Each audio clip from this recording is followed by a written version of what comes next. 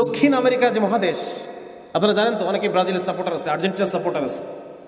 দক্ষিণ আমেরিকা মহাদেশে প্রতি বছর 20 লক্ষ কিশোরী বালিকা তাদেরকে পাচার করা হয় আমেরিকা এবং ইউরোপের পতিতালয়গুলোতে। এলজিবিটি যে আন্দোলন, এই আন্দোলনের ফলে এত নতুন নতুন ধরনের অসুখ পৃথিবীতে আসবে। এটা কয়েকদিন আগে মাঙ্কি পক্স, এটা কিন্তু সমকামীদের হয়। মোস্ট অফ দ্য পেশেন্টস আর সমকামী এই মাঙ্কি পক্সের। শুনছেন না মাঙ্কি পক্স? এইরকম গোটা গোটা বড় বড় পক্স। অথচ ওরা এই জীবনযাত্রাটাকে সারা পৃথিবীতে ছড়াই দেওয়ার জন্য পাগল হয়ে গেছে না? পাগল হয়ে গেছে এই এই মানে ন্যাক্কারজনক এই গর্হিত অপরাধটাকে অধিকার হিসেবে প্রতিষ্ঠা করার জন্য পাগল হয়ে গেছে। আমাদের সমস্ত কষ্ট, সমস্ত পেরেশানি, সব কিছুর একমাত্র উদ্দেশ্য কি? আল্লাহ খুশি হোক, আল্লাহ খুশি হয়ে যাক, আর কোনো কিছু আমার দরকার নেই। এই সব কিছুই তো সাময়িক পরীক্ষা, ঠিক না? এই সব কিছু আমাকে কিছু সময়ের জন্য দেওয়া হয়েছে, আবার নিয়ে নেওয়া হবে, আবার আমি চলেই যাব এই দুনিয়া ছেড়ে। এই সব কিছুকে রেখে আমাকে যেতেই হবে। সুতরাং এগুলো কোনো কিছুই দিল লাগানোর জন্য না। কি লাগানোর জন্য না? দিল লাগানোর জন্য না। একমাত্র দিল লাগবে কার সাথে? আল্লাহর সাথে। এটা খুব ভালো করে গেঁথে নেই মনের মধ্যে, যে আল্লাহ আমার এই দুনিয়ার, আমি এই দুনিয়াতে ছিলাম না। আমি কোথায় ছিলাম? আমার আব্বা যখন ছোট বয়সে, আমার তখন কোথায় খোঁজ আছে কোনো? এই দুনিয়ার কোনোখানেই আমি তখন নাই। তো এইরকম আমি অস্তিত্ববান ছিলাম না, আপনি আমাকে অস্তিত্বশীল করছেন। আবার একটা দিন আসবে যখন আমি দুনিয়াতে আমাকে আর কোনোখানে খুঁজে পাওয়া যাবে না, কোনোখানেই খুঁজে আমার কোনো ট্রেস পাওয়া যাবে না, এমন একটা দিন আসবে। সুতরাং অস্তিত্বহীন, আবার অস্তিত্বহীন, মাঝখানের কিছুটা সময়, এই সময়টুকু আমার শুধু যেন আল্লাহকে খুশি করার জন্য ব্যয় হয়। প্রত্যেকটা কাজে, প্রত্যেকটা কথায় এই কাজটা করলে কি আমার আল্লাহ খুশি নাকি খুশি না? এই কাজটা করার দ্বারা আমার আল্লাহ কি খুশি নাকি খুশি না? এই কথাটা বলবো আমি, এই কথাটা বললে কি আমার আল্লাহ খুশি হবে নাকি খুশি হবে না? এটা প্রথম প্রথম কষ্ট হয়, কিন্তু আস্তে আস্তে এটা অভ্যাস হয়ে যায়। যে কোনো কথা বলার আগে, আমার শায়েখ বলেন, যে কোনো কথা বলার আগে 1 সেকেন্ডের একটা পজ নেব। ব্রেন খুব সচল, মানে ওই 1 সেকেন্ডের মধ্যে সিদ্ধান্ত নিয়ে নেওয়া যায় যে আমার এই কথাটাকে আল্লাহ খুশি হবে না খুশি হবে না। এটা আজকে থেকে প্র্যাকটিস করেন, সবাই করবেন তো ইনশাল্লাহ। যে কোনো কথা বা যে কোনো কাজ, আমরা তো কথা বলতেই থাকি, কিন্তু ওই যে 1 সেকেন্ড পজ নেওয়াটা, এটা অভ্যাস করতে হবে আমাদের। এবং ওই 1 সেকেন্ডের মধ্যে আমার চিন্তা এটাই থাকবে যে আল্লাহ খুশি না খুশি না, আল্লাহ খুশি না খুশি না। সাহাবায়ে কেরাম রাদিয়াল্লাহু তাআলা আনহুম, ওনাদের জীবনটা কেমন ছিল? ওনাদের সমস্ত কাজের একমাত্র উদ্দেশ্য ছিল আল্লাহর খুশি। যাদের কথা বলে আমরা গর্ব করি, যাদের কথা বলে বলে আমরা আমাদের অতীত ইতিহাস নিয়ে গর্ব করি, তাদের সবার উদ্দেশ্য ছিল আল্লাহর খুশি। ইব্রাহিম আলাইহিস সালাম সম্পর্কে একটা ঘটনা আছে এরকম, যে মানে এই যে আগুনের মধ্যে ফেলে দেওয়া হলো, আচ্ছা আজান পড়তেছে, সারা পৃথিবীতে ইসলামী রাষ্ট্র কায়েম হয়ে গেল, খেলাফত কায়েম হয়ে গেল, আল্লাহর সাথে আমার সম্পর্ক হইল না, তার কোনো লাভ আছে? সবাই সব পেয়ে গেল, সব হয়ে গেল, শুধু আল্লাহর সাথে আমার, মানে আমার যে সম্পর্কটা আল্লাহর সাথে, ওই সম্পর্কটা আমি বানাইতে পারলাম না। এটা দিয়ে লাভ হলো না, তাই না? ওই যে বলে না যে মিষ্টি, অনেক মিষ্টি, একজন লোক কোনোদিন মিষ্টি খায় নাই, তো সে তো বলেই যাচ্ছে যে হ্যাঁ অনেক মিষ্টি, অনেক মিষ্টি, অনেক মিষ্টি, কি সে খায় নাই কখনো। তাহলে সে কি বুঝতে পারলো জিনিসটা আসলে কি, আসলে কেমন মিষ্টি সেটা? তেজন ভাই, আমার কথা হচ্ছে এটা, যে আল্লাহ রাব্বুল আলামিনের সাথে ব্যক্তিগত সম্পর্ক তৈরি করেন। এটা করা যায়। সম্পর্ক কি? সম্পর্ক মানে ওয়ান ওয়ে সম্পর্ক হয় না, সম্পর্ক কি হয়? 2 ওয়ে। প্রতিটা মুহূর্তে মুহূর্তে আমি অনুভব করতে পারবো যে আল্লাহ আমার সাথে আছেন। হ্যাঁ, এই যে আমরা কত গল্প পড়ি, কত ধরনের কত ঘটনা পড়ি, যে সাহাবায়ে কেরাম রাদিয়াল্লাহু তাআলা তারা পানির ভিতরে ঘোড়া ছুটাই দিচ্ছেন। তারপর হচ্ছে অনেক ধরনের ঘটনা পড়ি না আমরা, যে তারা কত বীরত্ব। জুবাইর ইবনে আওয়াম রাদিয়াল্লাহু তাআলা আনহু যখন শত্রু দলের মধ্যে ঢুকতেন, খালি হাতে খালি গা হয়ে যেতেন, কোনো বর্ম পড়তেন না উনি। ঘোড়ার পিঠে চড়তেন, 2 হাতে 2টা তরবারি নিতেন, আর ঘোরাইতে শত্রুর মধ্যে ঢুকতেন, আবার ওইভাবে শত্রুর মধ্যে থেকে বেরোয় চলে আসতেন। তো এই যে এগুলো সম্ভব কখন হবে? যখন আল্লাহর সাথে আমার সম্পর্ক হবে, ঠিক না? আমি যখন অন্তরে প্রতিটা লোমকূপ থেকে আমি বিশ্বাস করবো যে আমার সাথে আল্লাহ আছে। এটা তখন সম্ভব, আদারওয়াইজ এটা সম্ভব না। আনার পরে তখন যুদ্ধের ময়দানে তখন মনে পড়বে, বাচ্চার চেহারা মনে আসবে, স্ত্রীর চেহারা মনে আসবে। হ্যাঁ, শয়তান তো ওয়াসওয়াসা দেয়, সবচেয়ে বেশি ওয়াসওয়াসা দেয় জিহাদের ময়দানে। এই জন্য যখন আমরা দিনের কোনো কাজ করতে যাব তখন যে ওয়াসওয়াসাটা আসে, ওইটা ওভারকাম করার একমাত্র উপায় যদি আল্লাহ রাব্বুল আলামিনের সাথে আমার ব্যক্তিগত সম্পর্ক তৈরি হয়। এই জন্য এটা আমি খুব জোর দিতে চাই, যারা দাওয়াতের আপনারা যারা দায়ী হবেন, আপনারা যারা এই উম্মতের মধ্যে দ্বীনি বিপ্লবের চেতনার জন্য কাজ করবেন, ইসলামী শরিয়াকে দুনিয়াতে আবার ফিরে আনার জন্য কাজ করবেন, সবার আগে আপনাদের জন্য প্রয়োজন হবে আল্লাহ রাব্বুল আলামিনের সাথে ব্যক্তিগত সম্পর্ক। এই কথাটা আমাদের ব্র্যাকেটে থেকে যাচ্ছে, আমরা এই কথাটা বলতে পারতেছি না। অনেক কিছু বলতেছি, বুদ্ধিভিত্তিক আলোচনা হচ্ছে, দিক নির্দেশনা আসতেছে, কিন্তু এই কথাগুলো আসতেছে না। এই কথাগুলো আসতে হবে, এই কথাগুলো আলোচনা করতে হবে। আপনার হাত ধরে যে লোকগুলো দ্বীনের পথে আসবে, সবার আগে রাসূলুল্লাহ সাল্লাল্লাহু আলাইহি ওয়াসাল্লাম কি করতেন? সাহাবায়ে কিরামের সাথে আল্লাহর সম্পর্ক করাই দিতেন। সাহাবায়ে কিরামের মধ্যে এত বেশি আল্লাহ তাআলার বরত্বের কথা আলোচনা, এত বেশি উনি আল্লাহ রাসূল করাইতেন। এবং আপনি দেখবেন যে মাক্কি জিন্দেগিতে যে সূরাগুলো আসছে, এইগুলাতে আল্লাহর বরত্বের কথা আলোচনা আছে বেশি বেশি। আমি আল্লাহ কত বড়, কত আল্লাহ তাআলা মুহিত, সব কিছু এনকম্পাস করে আছে। আল্লাহ তাআলা কাদির, আল্লাহ তাআলা সামিউন আলিম, আল্লাহর যত বরত্ব আছে সব কিছু ওই সময়ে বেশি বেশি সূরায় নাজিল হচ্ছে, আল্লাহর পরিচয়। এবং এইগুলো সাহাবীরা চর্চা করতেছেন, একজন আরেকজনকে শেখাচ্ছেন, নিজেদের মধ্যে আলোচনা করতেছে। পরিবারে গিয়ে আলোচনা হচ্ছে, এই কথাগুলো ভেঙে ভেঙে আল্লাহর পরিচয়গুলোকে ভেঙে ভেঙে আলোচনা করতেছেন তারা। এবং এগুলো করার দ্বারা তাদের অন্তরের মধ্যে কি আসতেছে? আল্লাহর পরিচয়, মারিফাত। কোরআনের মধ্যে আল্লাহ তাআলা বলতেছেন, ওমা খালাকতুল জিন্না ওয়াল ইনসা ইল্লা লিয়াবুদুন। ইবনে আব্বাস রাদিয়াল্লাহু তাআলা লিয়াবুদুনের তাফসীর করতেছেন লিয়ারিফুন, আল্লাহকে চেনা। যাকে চিনবো তার ইবাদত করতে পারবো, তার গোলামি করব। যাকে চিনবো না তার গোলামি করব? যাকে চিনি না তার গোলামি তো করবো না। সুতরাং আল্লাহ রাব্বুল আলামিনের পরিপূর্ণ গোলামির জন্য তাকে পরিপূর্ণ রূপে চেনা দরকার, ঠিক না? চেনা দরকার। এবং এই আল্লাহকে চেনার উপায় হচ্ছে যে কোনো অদৃশ্যের বিষয়, আল্লাহ রাব্বুল আলামিন, জান্নাত, জাহান্নাম, এইগুলোর পরিচয় অন্তরের মধ্যে আনা। আজকে তো আমরা বিভিন্ন বুদ্ধিবৃত্তিকভাবে আল্লাহর পরিমাণ আনতেছি। আমরা বিভিন্ন রকম বিভিন্ন প্রশ্নের উত্তর, সেগুলো সলভ হচ্ছে, সেগুলো নিয়ে আলোচনা হচ্ছে, এটাকে আমরা বুদ্ধিবৃত্তিকতা বলতেছি। কিন্তু ইমানটা যেন এই পর্যায়ে না থাকে, এটা যেন স্বতঃস্ফূর্ত হয়ে যায়। ইমান আর আমি যেন একাকার হয়ে যাই। আমার কথাটা বুঝতে পারতেছেন আপনারা? জটিল মনে হচ্ছে বিষয়টা? মানে ইমান আমার একদম শরীরের প্রতিটা কোষ থেকে ইমান আসবে, শুধু ব্রেন দিয়ে ইমান আসবে না। ইমানটা শুধু ব্রেনে থাকবে না, পুরো শরীরের মধ্যে ইমান চলে আসবে। এই পর্যায় পর্যন্ত আমার ইমানকে নিতে হবে। এই জন্য কি করতে হবে?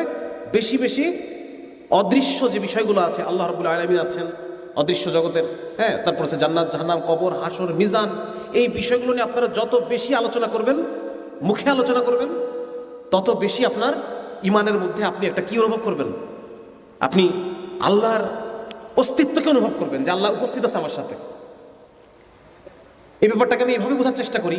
ধরেন আপনি নামাজ পড়তেছেন একটা একাকী রুমে, ওই রুমে যদি আপনার মা ঢুকে খাটে বসে আছে, আপনি কিন্তু মার দিকে তাকাচ্ছেন না, কিন্তু আপনি ফিল করতেছেন যে আপনার সাথে রুমে আরেকজন আছে। এটা অনুভব করা যায় না বিষয়টা?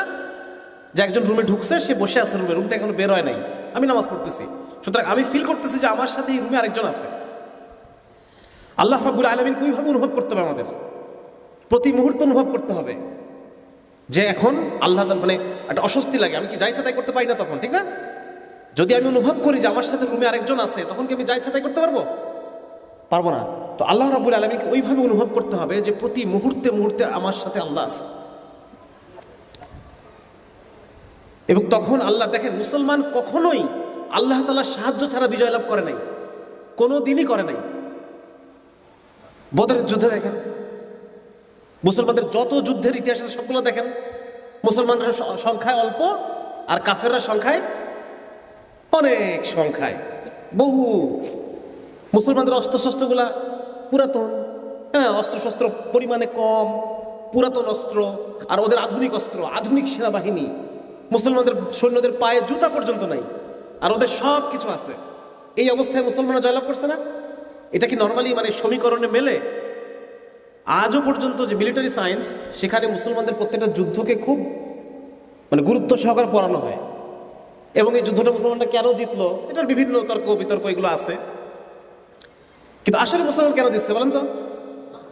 আল্লাহর সাহায্যে। আর আল্লাহর সাহায্য কি এমনি এমনি আসবে? আজকে আমি যে অবস্থায় আছি, এই অবস্থায় কি আল্লাহর সাহায্য আসবে? আমি আশা করতে পারি আল্লাহর সাহায্য? পারি না। কারণ আল্লাহর সাথে আমার ওই সম্পর্কটা হয় নাই। ওই সম্পর্কটা, আমি আল্লাহকে একটা কথা বললে আল্লাহ যে শুনে ওই জিনিসটা আমাকে দিবে, এই সম্পর্কটাই আমার এখন আল্লাহর সাথে হয় নাই। সুতরাং এই অবস্থায় আমরা যত কিছু করি না কেন, আলটিমেটলি কিন্তু আমার বিজয় আমি আল্লাহর কাছ থেকে ওই সাহায্য আনতে পারবো না। আর আল্লাহর সাহায্য ছাড়া মুসলমান কখনো যেতে নাই। একটা যুদ্ধে মুসলমানরা সংখ্যায় কাফেরদের চেয়ে বেশি ছিল। কোন যুদ্ধ বলেন? হুনাইনের যুদ্ধে। এবং মুসলমানদের মধ্যে এই আলোচনা চলতেছিল যে আজকে তোমরা জিতবই, আজকে আমরা সংখ্যায় কাফেরদের চেয়ে বেশি। তারপর কি হলো যুদ্ধে? ওই যুদ্ধে মুসলমানরা একদম হারার একদম দৌড় গোড়ায় চলে গেছে, সব পালায় গেছে, ছত্রভঙ্গ হয়ে গেছে। শেষ মুহূর্তে আল্লাহ রাসূল বলছে যে আমি আব্দুল মুত্তালিবের সন্তান।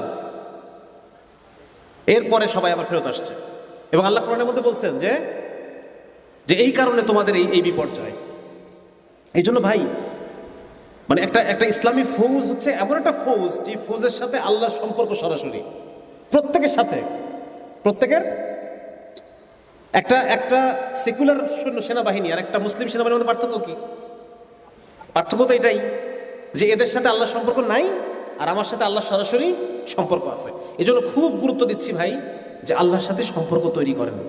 এবং এই সম্পর্ক তৈরি করা যায় কয়েকটা ভাবে। এক নম্বর হচ্ছে গুনাহকে ছেড়ে দেওয়া। গুনাহ ছেড়ে দেওয়া, যে আল্লাহ আমি গুনাহ ছেড়ে দিলাম। হ্যাঁ, আবার গুনাহ হবে, আবার তওবা হবে। মুসলমান তওবা না করা পর্যন্ত সে অন্তরের মধ্যে শান্তি হইতে পারে না। মুসলমানের সাথে আল্লাহর সম্পর্ক তো এটাই। আমার মায়ের সাথে আমার সম্পর্ক কেমন? কথার কথা, মায়ের সাথে আমি একটা বেয়াদবি করে ফেলছি। মাকে আমি যদি যথার্থই ভালোবাসি, মা মাফ না করা পর্যন্ত আমি শান্তি পাবো? আমি ছোটবেলায় কাজ করতাম, ছোটবেলায় বুঝতাম না, প্রায় মায়ের সাথে মারামারি হয়ে যেত। তখন অনেক ছোট, 3তে পড়ি, 2তে পড়ি। এরপর কি করতাম? এরপর মার পা ধরে বসে থাকতাম, আর একটা আঙুল ধরে জোরে একটা মোচড় দিতাম। যতক্ষণ মাফ না করবো ততক্ষণ তোমার আমি জোরে মোচড় দিয়ে রাখবো। মাফ তোমায় করতেই হবে, নাহলে আমি মনে শান্তি পাচ্ছি না। আমি মনে মুসলমান হবে এরকম একটা গুনাহ করে ফেলছি, ওই গুনাহ চোখের পানিতে না ধোয়া পর্যন্ত, যতক্ষণ না পর্যন্ত মনের মধ্যে এই অনুভূতি আসে যে আল্লাহ রাজি হয়েছে, ঠিক আছে আল্লাহ মাফ করছে আমাকে, এই ফিলিংস না আসা পর্যন্ত আমি কাঁদতেই থাকবো, কাঁদতেই থাকবো, কাঁদতেই থাকবো। এটা হচ্ছে মুসলমান। এইভাবে আল্লাহর সাথে সম্পর্ক হবে। 2 নম্বর সম্পর্ক হবে কিভাবে? পাগলামির মাধ্যমে সম্পর্ক হবে। এগুলো হচ্ছে ইশকের নিয়ম। প্রেমের কিছু নিয়ম আছে, ভালোবাসার কিছু নিয়ম আছে না? হ্যাঁ, দুনিয়ার যারা আশেক তারা কি করে? কত উল্টাপাল্টা করে, কত ভাবে পটানোর চেষ্টা করে। এরকম ইশকের কিছু কমন নিয়ম আছে। আল্লাহ রাব্বুল আলামিনকে পাওয়ার জন্য পাগলামি দেখাইতে হয়। আল্লাহ আমি আপনার জন্য পাগল। শুনবেন, ঘটনা বলবো।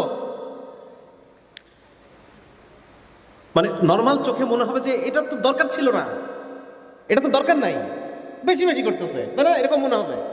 কিন্তু ওইটাই পাগলামি, ওটাই আল্লাহকে দেখাইতে হবে।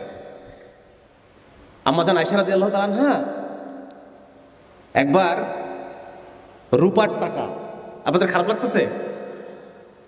অন্য আলোচনা করতেছি, সবাই জজবার আলোচনা ভালো লাগে সবার, কিন্তু এই আলোচনার ভালো লাগে না, ঘুম আসে নাকি? এই আলোচনা শুনলে ঘুম পায়। হ্যাঁ, আম্মা জান আয়েশা রাদিয়াল্লাহু তাআলা আনহা রূপার টাকা খুব ভালো করে ধুয়ে, ওই সময় সাবান ছিল কিনা কি ছিল আল্লাহ মালিক জানে, ওই সময় তো মানুষ কাপড় চোপড় ধুইতো নাকি, কিছু না কিছু তো ছিল একটা। তো ওই জাতীয় কিছু একটা খুব ভালো করে ধোয়া, যেটাকে বলে খুব ভালো করে রূপার টাকা ধুচ্ছে, ধুয়ে একদম সুন্দর করে মুছে সুন্দর করে চকচকে করে রেখে দিচ্ছে। আল্লাহ রাসূল আসছে, এসে বলছে কি ব্যাপার আয়েশা, তুমি পয়সা সুন্দর করে ধুয়ে এখানে রেখে দিচ্ছ, ঘটনা কি? বলি ইয়া রাসূলুল্লাহ, টাকাগুলো ময়লা ছিল, আর আপনি মসজিদের মিম্বরে হাদিস বলতেছিলেন, তখন আমি আপনার মুখ থেকে হাদিস শুনছি যে বান্দা যখন সাদাকা করে আল্লাহ রাব্বুল আলামিন তার ডান হাতে গ্রহণ করেন, আর আমি ময়লা টাকা কিভাবে আল্লাহকে দেব? বুঝা গেছে? তো এরকম কিছু কিছু জিনিস আল্লাহকে দেখাইতে হয় যে আল্লাহ আমি তোমার জন্য পাগল। এটার দ্বারা কি হয়? সম্পর্ক হয় আল্লাহর সাথে। 2 নম্বর সম্পর্ক হয় যার কাছে সম্পর্ক করতে চাই তার সাথে যত বেশি কথা বলবো তত বেশি সম্পর্ক হবে নাকি? দূরে দূরে থাকলে সম্পর্ক হবে? যত বেশি কথা বলবেন তত সম্পর্ক হবে। এজন্য আল্লাহর সাথে বেশি বেশি কথা বলতে হবে। আমাদের এক মুরব্বী বলতেছিলেন, আমরা যখন আল্লাহর সাথে দোয়া করি, দোয়া করতে গিয়ে আমরা এমনভাবে যে দোকানে আসছি, হোটেলে ঢুকে ওয়েটার এই মুরগি, ভাত, হ্যাঁ, কাচ্চি, বিরিয়ানি দিয়ে যাও এগুলা। আমরা ওইরকম আল্লাহ কাছে, আল্লাহ এ লাগবে, ও লাগবে, তা লাগবে, এগুলো লাগবে, হ্যাঁ, আমার পড়াশোনা ভালো করে দাও, আমার নেক বিবি দান করো, সুন্দরী এই বিবি দান করো, এই সেই। আল্লাহকে আমরা অর্ডার করি নাকি? দোয়ায় বসে আল্লাহকে অর্ডার দেই। এভাবে হবে না। উনি বলতেন যে ভাই দোয়ায় বসো এবং আল্লাহ সে বাতে করো, আল্লাহর সাথে কথা বলো, আল্লাহর সাথে কথা বলো। বাবা মার সাথে কথা বলি না, বন্ধুর সাথে কথা বলি না, কথা বলি তো, সেরকম আল্লাহর সাথে কথা বলতে হবে। একবারে মনোজাতটা ধরবো, ধরে বলবো যে আল্লাহ আপনি তো জানেনই আমি এই সমস্যার মধ্যে আছি, এখন কি করবো আপনি আমাকে একটু বলে দেন। হ্যাঁ, ইনাহে বিনাহে যতভাবে বলা সম্ভব এভাবে বলতে হবে আল্লাহ। এবং একটা হাদিস আছে খুব সুন্দর, আল্লাহর সাথে কিভাবে কথা বলতে হয়। আল্লাহর সাথে কথা বলার ক্ষেত্রে কোনো আদব নাই, এটা একটা মজার জিনিস।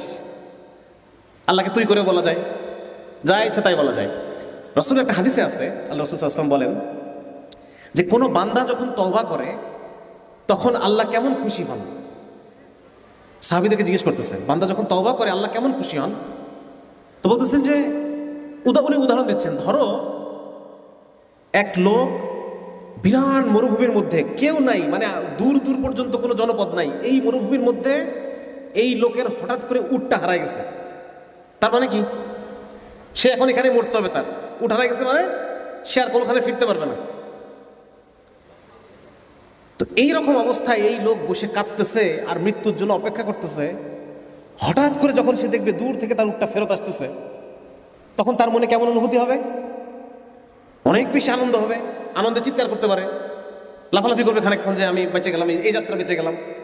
তা আল্লাহ রসুল বলতেছেন যে ধরো দূর থেকে উটটা আসতেছে আর ওই লোক এত খুশি যে খুশির চোটে সে ভুলে গেছে সে কে, মানে সে কি বলতেছে। সে বলতেছে যে আল্লাহ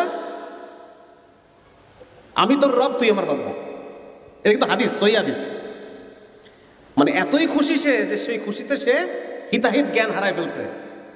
তা আল্লাহ রসুল সাল্লাল্লাহু আলাইহি ওয়াসাল্লাম বলেন যে বান্দা যখন তওবা করে আল্লাহ এইরকম খুশি হন। সুবহানাল্লাহ, আল্লাহ এত খুশি হন, সর্বোচ্চ পরিমাণ খুশি, যেই খুশি হলে আমাদের হিতাহিত জ্ঞান থাকে না। আল্লাহ এত খুশি হন যখন কোনো বান্দা তওবা করে।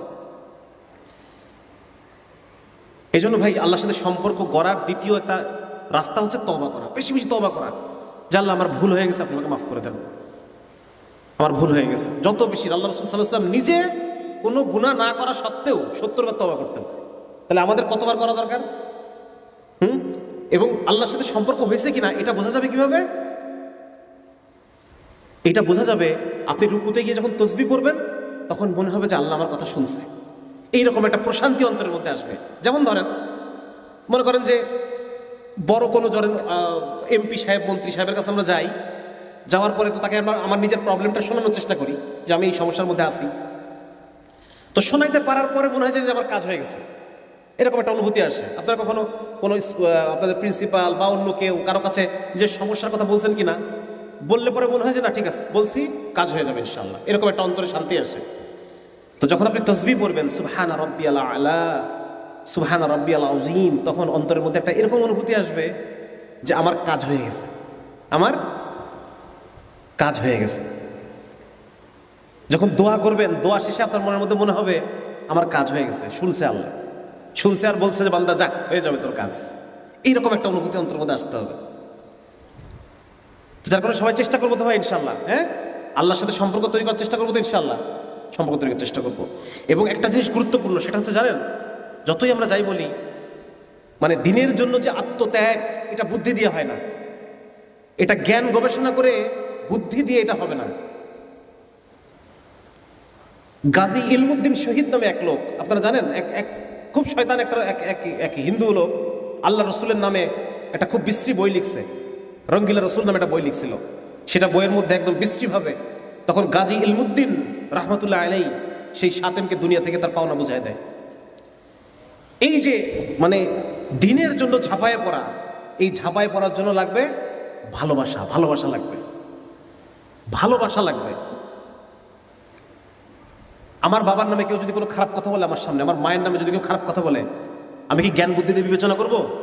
হ্যাঁ, যে এটা করলে কি হবে, 2 দিন পরে কি হবে, 1 মাস পরে কি হবে, 1 বছর পরে কি হবে, জ্ঞান দিয়ে বিচার করবো না তো, যে তুই আমার বাবার নামে খারাপ কথা বলতেছিস, আগেরটা আগে নাকি? তো যার কারণে এই যে যুক্তির জায়গা থেকে আল্লাহ এবং তার রসুল এবং শরিয়া, আমরা আজকে যুক্তি দিয়ে বুঝতেছি, এইটা ব্রেনে আছে, এইটাকে ব্রেইন থেকে ইমোশনের জায়গায় নামায় আনতে হবে। আমার কথা বুঝতে পারছি কিনা? ব্রেইনের যুক্তির জায়গায় আছে আমাদের ইমান, আমাদের জান্নাত জাহান্নাম। জান্নাত জাহান্নামের আলোচনা আমাদের ব্রেইনে আছে, তথ্য আছে, হাদিসগুলো আছে, কিন্তু এইটার অনুভব আমার মধ্যে নাই। জান্নাতের কথা শুনলে মনটা চনমন করে ওঠে না ওখানে যাওয়ার জন্য। জাহান্নামের কথা শুনলে মানে শরীরের পশমটা ভয়ে দাঁড়ায় যায় না। আমার কথা বুঝতে পারতেছেন আপনারা? আমাদের কোন জায়গায় প্রবলেম সেটা আমি বলতেছি। আমরা জান্নাতের কথা আলোচনা করি। আপনারা 003 বইটা পড়ছেন কিনা কেউ? আমি পুরোটা বই লেখার জন্য অনেকগুলো বই, মানে জান্নাত জাহান্নাম সম্পর্কিত অনেকগুলো বই আমি পড়লাম, এবং পড়ার পর আমি দেখলাম যে জান্নাতের কথা শুনলে আমার যেই অনুভূতি আসার কথা ছিল ওটা আমার মধ্যে আসতেছে না। আমি এত গবেষণা করতেছি কিন্তু আসতেছে না। জাহান্নামের কথা শুনলে পরে আমার যে অন্তরের মধ্যে একটা কাঁপুনি দেওয়ার কথা ছিল, এই কাঁপুনিটা আমার মধ্যে নাই, এত পড়ার পরেও নাই। সুতরাং এইটা পড়াশোনা করার দ্বারা আসবে না। আমি বোঝাতে পারতেছি? এই অনুভব আপনারা যদি পড়েন, ডক্টর আব্দুল্লাহ আজম রাহিমাহুল্লাহ, ওনার আফগানিস্তানে আমি আল্লাহকে দেখেছি, এই বইটাকে পড়ছেন? 2 খণ্ড না, 2 খণ্ড বই। কি প্রসঙ্গে বললাম যেন কথাটা? এই আগের লাইনটা কি বললাম? হ্যাঁ, জান্নাত জাহান্নামের যে জান্নাতের কথা শুনলে পরে যে দৌড় দিয়ে ঝাঁপায় যে আমি জান্নাতে পড়ে যাব, আকাঙ্ক্ষা অন্তরের মধ্যে, ওই পর্যায়ে আমাদের এই আলোচনাগুলোকে নিতে হবে। শুধু যুক্তি, তর্ক, জাস্টিফাই, সায়েন্স এগুলোর মধ্যে ঘুরপাক খেলে আমাদের চলবে না। আমি বোঝাতে পারছি কিনা? এবং এই জায়গায় পৌঁছানোর উপায় হচ্ছে বেশি বেশি নিজেদের মধ্যে আলোচনা করা এবং নির্জনে একাকী চিন্তা করা, জান্নাতের ওই ভিজুয়ালাইজেশন করা নিজের মধ্যে। একটা সোনার গেট, ওই গেটের উপর আরবিতে আমার নাম লেখা, বড় করে নাম লেখা, শামসুল আরেফিন, হ্যাঁ, এরকম একটা নাম লেখা। আমি যখন ঢুকতেছি, এটা যে বাসিরার কয়েকটা সুন্দর ভিডিও আছে, হ্যাঁ, সেখানেও গাইড করে করে সুন্দর করে নিয়ে যায়। এছাড়াও ওই যে হেয়ার আফটার সিরিজের মধ্যে, হেয়ার আফটার সিরিজটা আমি মনে করি প্রতি মাসে আমাদের শোনা দরকার। জান্নাত জাহান্নামের ওই আগ্রহ নিজের জীবনের মধ্যে আনার, ভাই এগুলো তো ভিজুয়ালাইজ করা জিনিস। আলী রাদিয়াল্লাহু তাআলা আনহুকে আলী রাদিয়াল্লাহু তাআলা বলতেছেন যে আমার সামনে যদি জান্নাত আনা হয় তবু আমার ঈমান এতটুকু বাড়বে না, আমার সামনে যদি জাহান্নামকে আনা হয় তবু আমার ঈমান এতটুকু বাড়বে না, বাড়ার কিছু নাই, যা আমার অলরেডি আছেই সেটা। আমি যেন জাহান্নামীদের আর্তনাদ আমি যেন নিজের কানে শুনতেছি, জান্নাতীদের খোশ গল্প, হাসি মজাক যেন আমি নিজের চোখে দেখতেছি। আমার এখন অবস্থা এরকম। এক সাহাবী এসে বলছি, ইয়া রাসূলুল্লাহ, নবীজি জিজ্ঞেস করতেছে যে হে হারিস, তুমি সকালটা কিভাবে কাটাইছো? উনি বলতেছে, ইয়া রাসূলুল্লাহ, সকালটা আমি ঈমানের অবস্থায় কাটাইছি। তা বলছে, ঠিক আছে, ভেরি গুড। তা ঈমানের অবস্থায় যে কাটাইছো এটার হাকিকত কি? তুমি কিভাবে বুঝলা যে তুমি ঈমানের অবস্থায় কাটাইছো? বলছি, ইয়া রাসূলুল্লাহ, সকালটা আমি এইভাবে কাটাইছি যে আমি যেন জান্নাতীদের আলোচনাগুলো শুনতেছি আর জাহান্নামীদের ওই চিৎকারগুলো যেন আমি শুনতে পাচ্ছি, এই অবস্থায় আমার সকাল হয়েছে। পরে আল্লাহ রাসূল বলতেছেন যে হারেস হচ্ছে এমন মুমিন যার অন্তর ঈমানের নূরে পরিপূর্ণ। সুতরাং আমাদের এই পড়াশোনার জায়গা আর এই বুদ্ধিবৃত্তিক জায়গা থেকে ঈমান, আল্লাহর প্রতি ভালোবাসা, আল্লাহর অনুভব, আমি তাকওয়া শব্দটাকে আমি বাংলা করি স্রষ্টানুভূতি, আল্লাহ প্রেজেন্ট থাকার অনুভূতি। বুঝতে পারছি? আমি যে লোকের মধ্যে তাকওয়া আছে, আল্লাহ প্রেজেন্ট থাকার অনুভূতি আছে, সে গুনাহ করতে পারবে? আল্লাহ এখন এই মুহূর্তে প্রেজেন্ট। হাদিসের মধ্যে আসছে যে তোমরা যখন 2 জন পরামর্শ করো তার মধ্যে 3য় জন থাকি আমি, তোমরা যখন 4 জন পরামর্শ করো তার মধ্যে 5ম জন থাকি আমি। সুতরাং এই যে আল্লাহর অনুভব, জান্নাতের অনুভব, গভীর অনুভব, আপনি চোখ বন্ধ করে অনুভব করেন যে আপনি জান্নাতের মধ্যে হাঁটতেছেন। এই যে অনুভব, একটা হচ্ছে জ্ঞান, একটা হচ্ছে অনুভব, দুটো আলাদা জিনিস। একটা হচ্ছে ব্রেনের মধ্যে যুক্তির জায়গায়, তর্কের জায়গায় জিনিসটা আছে, আর একটা হচ্ছে আপনার আবেগের মধ্যে জিনিসটা মিশে গেছে, অনুভবের মধ্যে জিনিসটা মিশে গেছে, আপনার সত্তার সাথে মিশে গেছে, দুটো আলাদা জিনিস। এজন্য খুব গুরুত্ব দিচ্ছি আমি, যদিও এই আলোচনাগুলো শুনতে একটু বোরিং লাগে, কিন্তু এই আলোচনাগুলো আমাদের মধ্যে থাকতে হবে এবং আমাদেরকে দিন ইসলামের সাথে মিশে যেতে হবে। ইসলাম এবং আমি আলাদা কোনো অস্তিত্ব না। এক ভাই আমাকে জিজ্ঞেস করছেন যে ইসলাম, তুমি তো ইসলামের কাজ করো কিন্তু তোমার তো একটা ব্যক্তিগত জীবন আছে, এই দুটার মধ্যে ডিফারেন্সিয়েট কিভাবে করবা? এমন ভাই, ডিফারেন্সিয়েট করার কিছু নাই। আমি প্রতি মুহূর্তেই মুসলমান। আমি যখন আমার বাচ্চার সাথে খেলি তখনও আমি তাকে ঈমান শেখাই, আকীদা শেখাই, তখন আমি মুসলমান। সুতরাং আমি ডিফারেন্সিয়েট করতে পারবো। আমি যখন বাথরুম করতেছি, টয়লেট করতেছি, তখনও কি সেখানেও কিছু নিয়মকানুন আছে না, ইসলাম আছে না? সুতরাং এর মধ্যে তো ডিফারেন্সিয়েট করতে পারতেছি না আমি যে আমার লাইফের মধ্যে কতটুকু ইসলাম আর কতটুকু ইসলাম ছাড়া। এজন্য এটা খুব গুরুত্বপূর্ণ ভাই যে আমার এই প্রতিটা বিষয় আল্লাহ এক হচ্ছে আল্লাহ আমি আমার বইগুলো সাধারণত এই বুদ্ধিবৃত্তিক টাইপেরই বই, কিন্তু এটার মধ্য দিয়ে আমার উদ্দেশ্য হলো যে যারা আমরা বুদ্ধিবৃত্তিকভাবে আগাইতে মানে ইসলামের রাস্তায় আগাইতে পারতেছি না, বিভিন্ন প্রশ্ন আমাদেরকে বাধা দিচ্ছে, এই বাধাগুলো সরায় দেওয়া। কিছু কিছু ভাই আছে তারা শুধু দেখাচ্ছে প্রত্যেকটা জায়গায় খালি সায়েন্স টেনে আনবে আর ওইটার মধ্যেই ঘুরপাক খাবে খালি বারবার বারবার। এটা তো উদ্দেশ্য না। উদ্দেশ্য হচ্ছে আপনার যখন সন্দেহ সংশয়গুলো মিটে গেছে, আপনি এখন সামনে যত জোরে পারেন আগায় যাবেন, আল্লাহর দিকে আগায় যাবেন, আল্লাহ রসুল দিকে আগায় যাবেন, ইসলামের দিকে, আল্লাহকে অনুভব করার দিকে, জান্নাতকে অনুভব করার দিকে আরো বেশি আগায় যাবেন। আমরা সিরাত পড়তেছি কিন্তু সিরাতটা অনুভব করতেছি না, আল্লাহ রসুলের ওই যে বাস্তবতা। হ্যাঁ, আপনারা কোরআনবন্দি বইটা যদি কেউ পড়েন, আমি একটু চেষ্টা করছি এটাকে অনুভব করানোর। নবীজি মদিনায় ঢুকতেছে আর ওই সময় ইয়াসরিবে যে খুশি, ওই খুশিটা অনুভব করেন। মদিনার বাজারে যে সাহাবীদের পদধ্বনি, পরস্পর আলাপ আলোচনা, এগুলোকে মানে অনুভব করার বিষয় আছে। আল্লাহ রসুল যখন হিজরত করতেছেন, আলী রাদিয়াল্লাহু তাআলা বিছানায় শোয়া রাখলেন আর উনি বের হচ্ছেন, ওমা রমাইতা ইযা রমাইতা ওমা কিন্নাল্লাহ রামা, মাটি ছুঁড়ে মারলেন আর সমস্ত কাফেররা চোখ চুলকাচ্ছে আর রাসূল সাল্লাল্লাহু আলাইহি ওয়াসাল্লাম বের হয়ে চলে যাচ্ছেন। এই বিষয়গুলো ভিজুয়ালাইজ করা, অনুভব করা, এগুলোর সাথে নিজের শরীরের যে লোম দাঁড়ায় যাওয়া, শরীর কেঁপে ওঠা, এই সারাগুলো আছে কিনা আমার? কোরআনের মধ্যে আল্লাহ বলতেছেন যে যখন মুমিন তারা যারা যখন কোরআনের আয়াত তাদের সামনে পাঠ করা হয়, তখন তাদের চোখ কি হয়, শরীরে সারা আসে, চোখ কি হয়, অশ্রু বিগলিত হয়। তার মানে আমার এই আলোচনাগুলোর দ্বারা আমার শরীর সারা দিচ্ছে কিনা। আমি অনেক শব্দ দিয়ে অনেক কষ্ট করে বোঝানোর চেষ্টা করতেছি জিনিসটা, আমার মনে হয় জিনিসটা বোঝা গেছে, তাই না? হ্যাঁ। এবং রাসূলুল্লাহ সাল্লাল্লাহু আলাইহি ওয়াসাল্লামকে মহাব্বত, ভালোবাসা, এইটা চিরটা কাল মুসলমানদের একটা ড্রাইভিং ফোর্স। মুসলমানরা যে এই যে দলে দলে যে আমাদের সাহাবায়ে কেরাম, তাবিন, তাবিন দলে দলে আল্লাহ রাস্তায় জীবন দেওয়ার জন্য প্রস্তুত হয়ে গেছে। হ্যাঁ, ইশকে রসুল, ইশকে নবী, এটা একটা খুব গুরুত্বপূর্ণ ড্রাইভিং ফোর্স। আল্লাহ রসুলকে ফিল করতে হবে, আমাদের অনুভব করতে হবে। আল্লাহর যে আমার উপরে যে আল্লাহর হক, এই হক আমি আদায় করতেছি কিনা, আমার উপরে আল্লাহর রসুলের যে হক আছে, এই হক আমি আদায় করতে পারতেছি কিনা। একবার আম্মাজান আয়েশা রাদিয়াল্লাহু তাআলা আনহা রসুলকে বলতেছেন যে ইয়া রাসূলুল্লাহ, আপনি আমার জন্য দোয়া করেন। আল্লাহ রসুল দোয়া করতেছে, আল্লাহুম্মা গফিরলি আয়েশা, আল্লাহ আপনি আয়েশাকে মাফ করে দেন।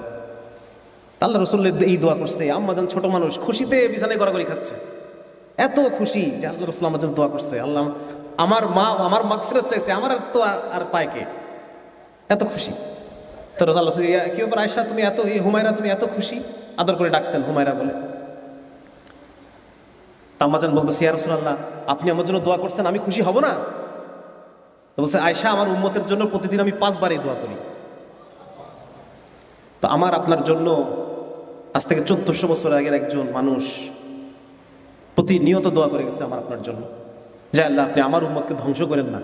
আল্লাহ রাসূল যদি দোয়া না করতেন, আমাদের ধ্বংসের কিছু বাকি আছে, কোনো কিছু আমরা বাকি রাখছি ধ্বংসের।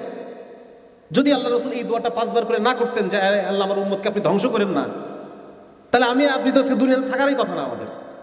আমাদের মধ্যে এই পরিমাণ নেফাক আর এই পরিমাণ কি বলা যায়, অবাধ্যতা আর আস্পর্ধা, স্পর্ধা, আমাদের এলাকায় বলে আস্পর্ধা, এত স্পর্ধা আর এত উদ্ধত্ত আমরা আল্লাহর সাথে দেখাই এই যে এক জীবনে। আমাদের তো দুনিয়ায় বেঁচে থাকার হক অনেক আগেই আমরা হারাই ফেলছি, শুধু আল্লাহ রসুলের দোয়া আছে বলে যে আল্লাহ আমার উম্মতকে আপনি অন্যান্য উম্মতের মতো ঝাড়ে বংশে নির্মূল করেন না, এই দোয়ার কারণে আজকে আমরা বেঁচে আছি, আদারওয়াইজ এটা থাকার কথা ছিল। সুতরাং এই মানুষটার কি হক আমার উপরে, গায়ের চামড়া দিয়ে জুতা বানাই দিলেও তো সে হক আদায় হবে না, হবে নাকি? আদায় হবে না। সুতরাং ওইভাবে বারবার সিরাত পাঠ করতে হবে ভাই। আজকে সিরাত বই মেলা, হ্যাঁ, প্রতি বছরে যেন কমপক্ষে 2টা 1টা সিরাত যেন আমি পড়তে পারি, কারণ সিরাত না পড়লে তো আমি নবীজিকে ফিল করতে পারবো না, ইসলামকে ফিল করতে পারবো না। একটা মানুষ আজ থেকে 1400 বছর আগে, বয়স 65 হয়ে গেছে, সেই অবস্থায় সে একা, সে সৈন্যদল নিয়ে ওই রোদের মধ্যে, আপনারা যদি উমরা করতে গিয়ে থাকেন, আরবের গরম সম্পর্কে যদি আপনার ধারণা থাকে, আরবের গরম হচ্ছে এরকম, ধরেন 50 ডিগ্রি হচ্ছে ওখানকার নর্মাল তাপমাত্রা, 50 ডিগ্রি। মানুষ এখন তো বাইরে থাকে না, মানুষ এখন সব ঘরের মধ্যে, সারাদিন করে মানুষ পাবেন না, ওদের রাতের পর থেকে দিন শুরু, মানে কি বলা যায়, জমজমাট শহর শুরু রাতের পর থেকে, দিনের বেলা বের হওয়া যায় না। মানে বের হলে মানে চামড়া চিরবির করে ওঠে, চিরবির বোঝেন তো, চামড়ার মধ্যে চিরবির করে ওঠে, এইরকম অবস্থা আবহাওয়া। সেইখানে বর্ম পরিহিত অবস্থায় ওইভাবে মাইলের পর মাইল, 40 মাইল 50 মাইল, মদিনা থেকে বদর হচ্ছে 80 মাইল দূরে, 80 মাইল দূরে বদর। সেইখানে কোনো দুইটা মাত্র উট, খালি পায়ে মানে পায়ে হেঁটে, ওই সময় তো স্যান্ডেলের কনসেপ্টটা এত ভালো ছিল, পায়ে হেঁটে ওই গরমের মধ্যে এই সৈন্যবাহিনী গেছে ওইখানে, অস্ত্র নাই, দুইটা মাত্র তরবারি, এই অবস্থায় গেছে তারা। সুতরাং এই দিন ভাই, এই দিনের অনেক, এই দিন আমার কাছে কি চায় এটা হচ্ছে আমাদের আগে বুঝতে হবে। হ্যাঁ, আমরা তো মনে করতেছি যে আমরা এটা পৈতৃক সূত্রে মুসলমান, কিন্তু এই দিন আমার আপনার কাছে কিছু চায়। আল্লাহ রাব্বুল আলামিন আমার আপনার কাছে কিছু চান। আল্লাহ রসুল সাল্লাল্লাহু আলাইহি ওয়াসাল্লাম ওনার কিছু দাবি আছে আমাদের উপরে, সেই দাবিগুলো আমরা পূরণ করতেছি না। এই ইসলামের কিছু দাবি আছে আমাদের উপরে। আল্লাহ রাব্বুল আলামিন এই দিনকে পাঠাইছেন তার প্রত্যেকটা মানুষ, তার প্রত্যেকটা সৃষ্টি মানুষকে জুলুম থেকে উদ্ধার করার জন্য। রিবিঈ ইবনে আমির রাদিয়াল্লাহু আনহু কি বলছেন, ওনাকে যখন রুস্তম জিজ্ঞেস করলো যে এই মুসলমানরা তোমরা কেন আসছো আমাদের দেশে, উনি তখন তিনটা জবাব দিয়েছেন। এক নম্বর হচ্ছে আমরা আসি নাই, আমাদেরকে পাঠানো হয়েছে। কেন পাঠানো হয়েছে? এক নম্বর, সমস্ত বাতিল ধর্মের জুলুম থেকে ইসলামের ইনসাফের দিকে মানুষকে আনার জন্য, সমস্ত গায়রুল্লাহ দাসত্ব থেকে এক আল্লাহর দাসত্বে সবাইকে আনার জন্য। আরেকটা কথা বলছেন কি জন্য? তিনটা।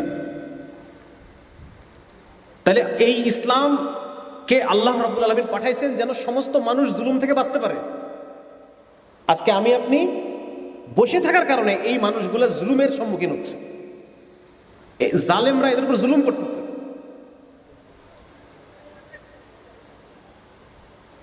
দক্ষিণ আমেরিকা যে মহাদেশ, আপনারা জানেন তো, অনেকে ব্রাজিলের সাপোর্টার আছে, আর্জেন্টিনার সাপোর্টার আছে। দক্ষিণ আমেরিকা মহাদেশে প্রতি বছর 20 লক্ষ কিশোরী বালিকা তাদেরকে পাচার করা হয় আমেরিকা এবং ইউরোপের পতিতালয়গুলোতে। কতজন? 20 লক্ষ। 20 লক্ষ দুটো শব্দ বলে ফেললাম, কিছুই গেল না, কিছুই আসলো না। কোনো অনুভব আসছে আমার মধ্যে? আসে নাই তো। 20 লক্ষ দুটো শব্দ। অথচ ওই বাবাটা যে তার মেয়েটাকে হারাইছে, বাকি সারাটা জীবন সে তার মেয়েটাকে খুঁজে বেড়াবে রাস্তায় রাস্তায়।